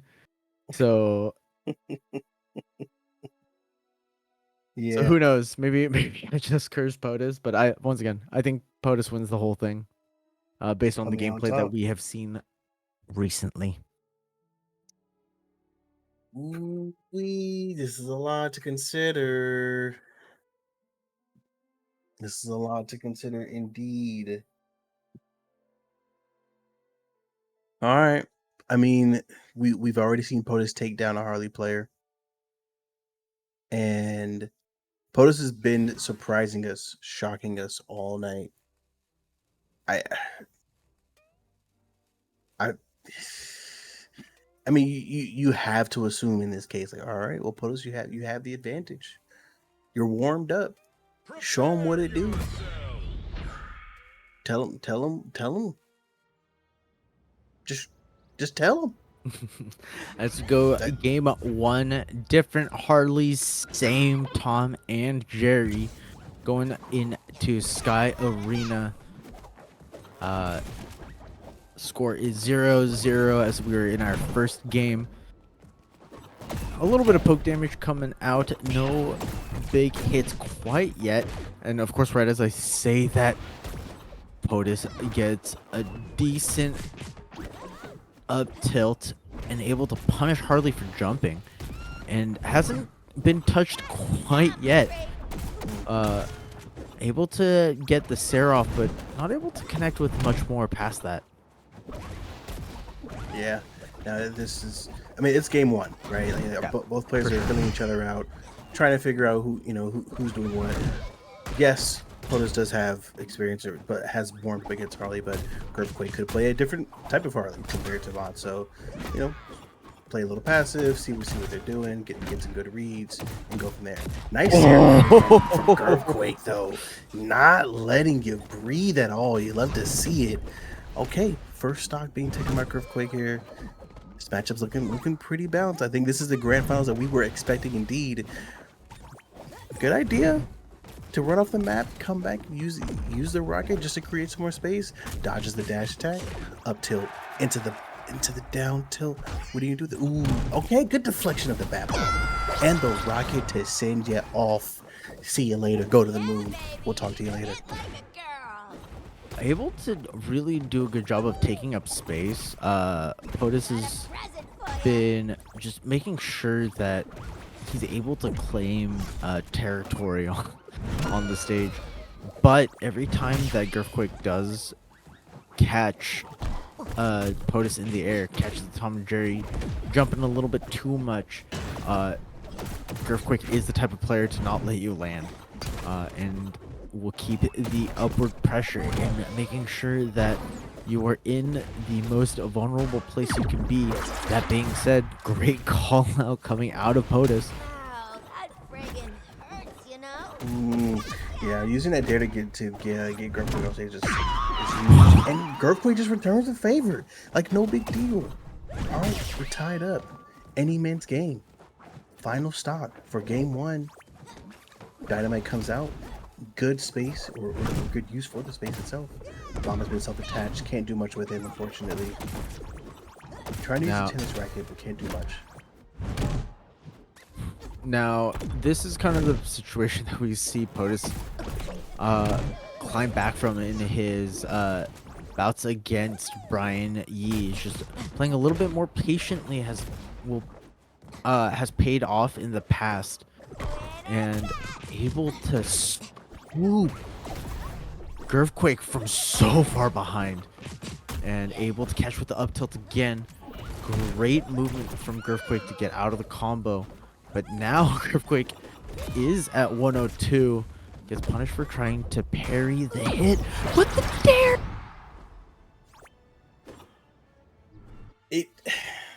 If you look at that, it almost looked like POTUS knew exactly what Girthquake was gonna do, and just got the dare ready to wind up. Prepare yourself. It looked like POTUS knew exactly what was gonna happen, and just reacted Yeah, perfectly. was POTUS screen peeking? What happened? Yeah, I mean, like hit from Dragon Ball Z, you just know what's coming. Yeah, like, that was insane. Game 2, moving on. Players are not wasting any time to get started here. Throwing punches left and right. We got a nice little combo coming out from POTUS. Not able to do much with it though. 43-14. Good lead. Yeah, as Nice we dare.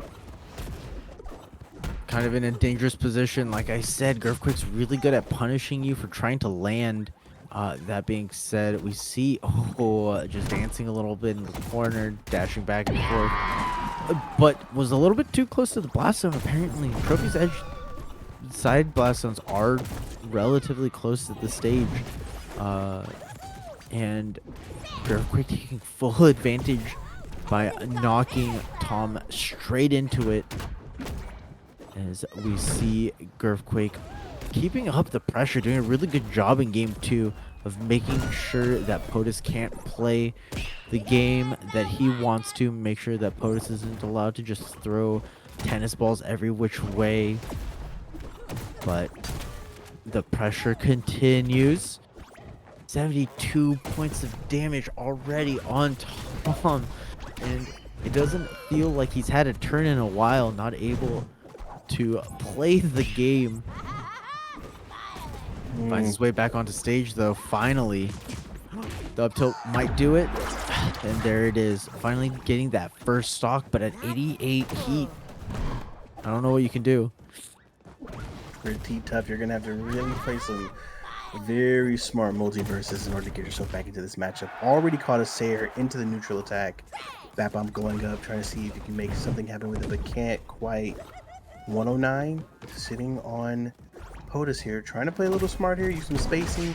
Nice use of Jerry into the neutral air and into the up air combo as well. Okay, getting rid of Jerry, very smart play. You need to do that. It's Okay, also. Oh, go ahead. Oh no, you're fine. You're fine. I was gonna say it's also a little bit hard for Tom specifically to challenge Harley coming off the side, especially when you're at that high percent, because it's really not safe for you to trade against Harley's up special. When the bat comes swinging, it's so big that it beats out the frying pan, and at best, a lot of the times you just trade hits, but at that damage count, Okay. you just kind of die off the top. However, if Tom knows where you're going to be and just pushes you down in the downwards direction, I don't think it matters. Indeed. Man, sitting at 107 and counting, that you're basically just one a special attack off the map. Whoa! Surprised that doesn't finish the matchup there. A nice nair to take your first matchup. Now it's 1-1 in the series. Okay. This is officially becoming a series. I can definitely see this going to game 5 at this rate. POTUS putting up one hell of a fight. One hell of a fight, and Girthquake doing what we expect Girthquake to do. Fight back. It's the grand finals. Okay? It's the grand finals, guys. Wake up. As we run it back into Trophy's Edge, it looks like Girthquake has woken up a little bit, has figured out their game plan. POTUS is still trying to keep... It really feels like he has a good idea of what's happening, and these kills just aren't coming as quickly as POTUS wants them to. But as they're dancing around, immediately we lose Jerry. But Girthquake just chasing Tom through the air over and over again, and Tom can't make it back to the wall. Yeah, we're starting to see that aggression out of Girthquake that we saw earlier in the night. Girthquake is getting in there, not really wasting any time. This was the aggression that we saw in previous sets, and now it's starting to come out. Almost like Girthquake wanted a match or two just to kind of get a feel. You know, it's not too often that you probably play against Tom and Jerry in this type of format. So now you're like, all right, I feel comfortable. I think I'm good. Let me actually play my game now. So as of right now, 93 on Girthquake. Could go out at any moment. Looking at about 40 on POTUS, and there it is. First stock in favor of POTUS. Now both players tied up 1-1. It's not out. We're looking at a pretty even matchup here, but it is 57 to about 20. So Yeah, I mean, Girthquake should be able to continue to keep this lead. POTUS doing a really good job of making sure that he is able to close out the kills. You do see that a lot against Harley specifically. Is like once Harley start moving at those higher percents, it sometimes just all of a sudden feels like it's really hard to combo into the kill. But POTUS doing a really good job of making sure to land the up airs there, make sure not to overthink it too much. And now all of a sudden is a full stock up. Yeah, POTUS is doing a pretty good job of making good use of Jerry. There's some moments where Girthquake tries to get an early read on a dodge attempt, and it turns out to be wrong, where Girthquake isn't going to dodge and is just going to attack right back. And is able to get a solid advantage because of that. So I'm curious to see if Girthquake is going to make any changes to that in this case. In the meantime, though, gets the second stock. So we're looking at 0 to about 25. This game 3 can go in any direction. And now we're just seeing who really wants it. Nice air combo coming out of Girthquake. Trying to get something going here. Ooh, Girthquake is continuing. Dash attack off the side. Throws up the bat bomb. Can't connect with it, though. That would have been an insane combo if it worked out. Really good job of using the dodge attack to make sure that not only to get a couple of hits in, but making sure that Tom can't get any pressure out. That being said, when there's 3-4 projectiles heading straight for you and you can't jump over them, there's not much you can do. And a good job to POTUS closing out game 3. Yeah, this is I think your predictions might be a little on point here. Yeah, somebody clip the moment I said somebody clip my prediction. Might be a little on point here. As we run it back once again, it looks like we are going to see Trophy's Edge as our grand final stage. Immediate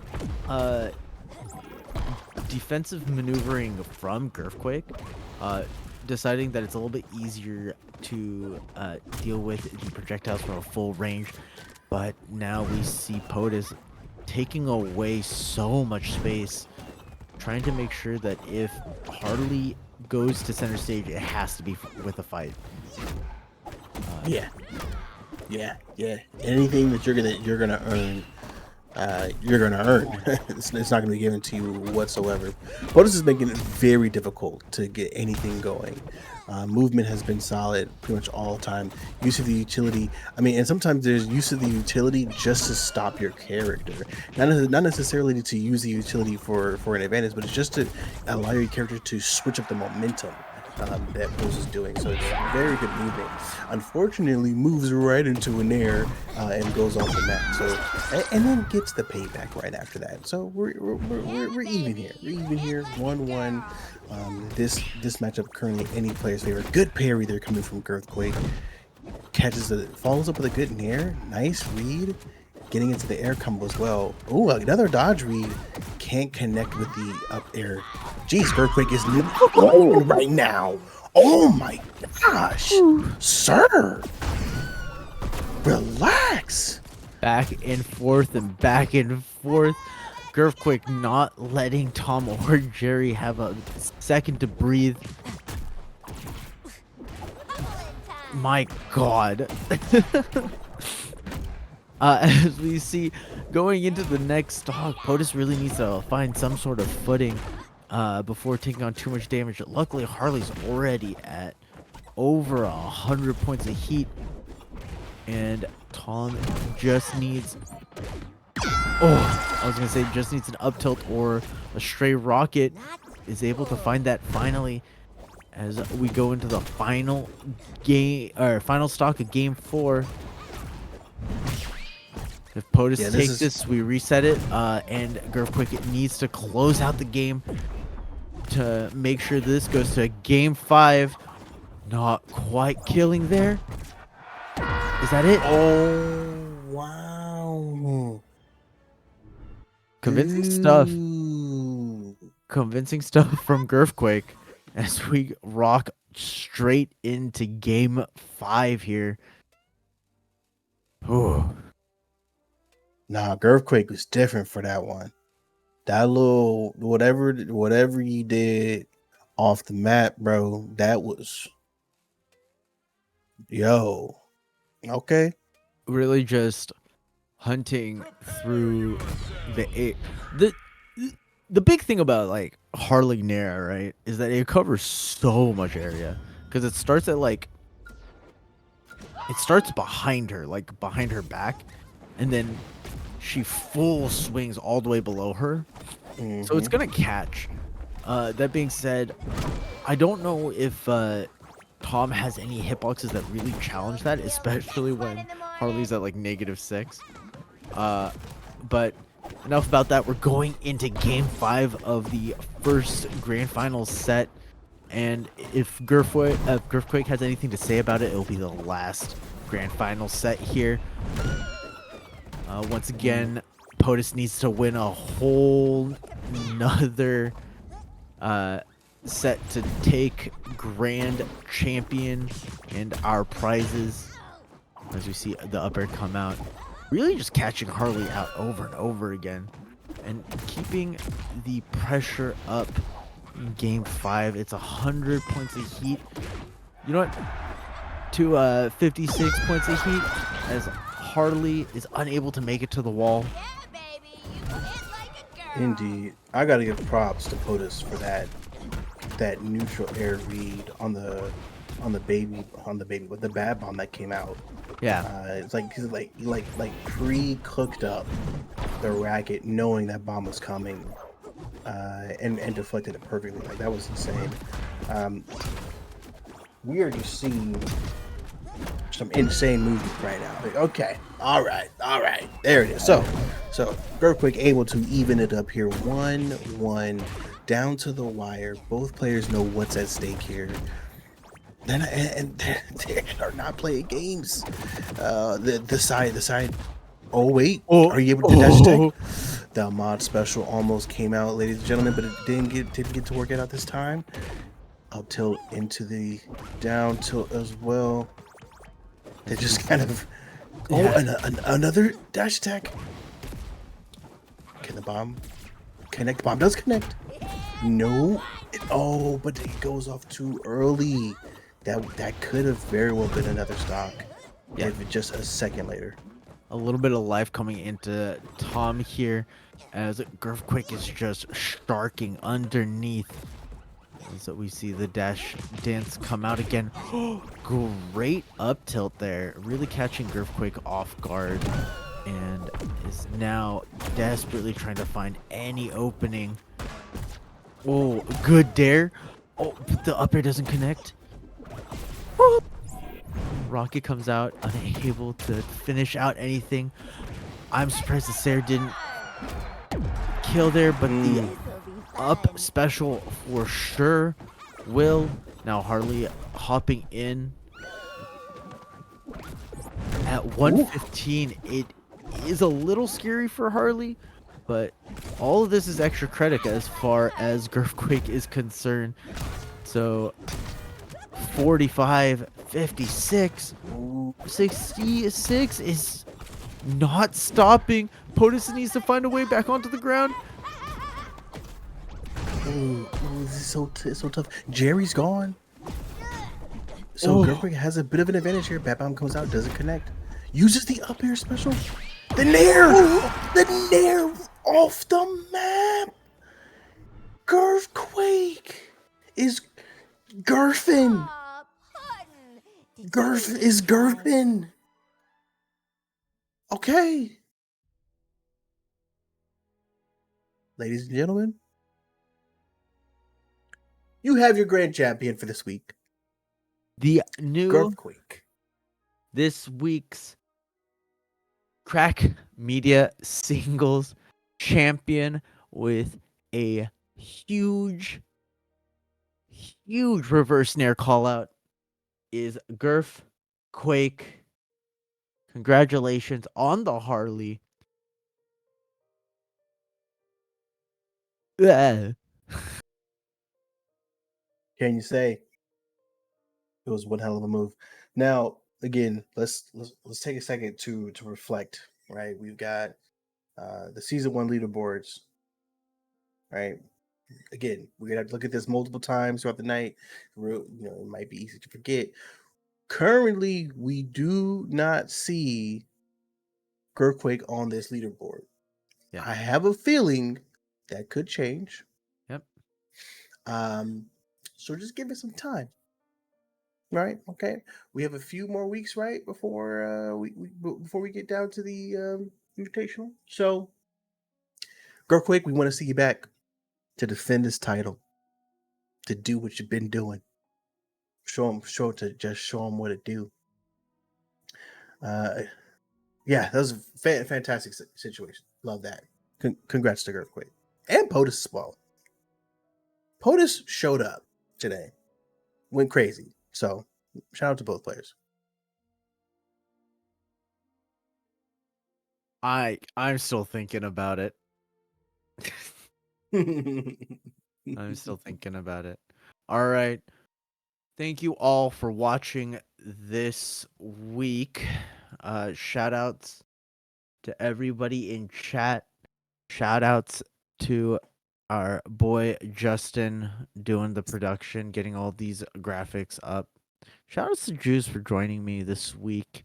And shout outs to everybody watching the VODs theoretically in the future. I have love you. been, I have been Quang. This has been Cracked Media Singles. Have a good night.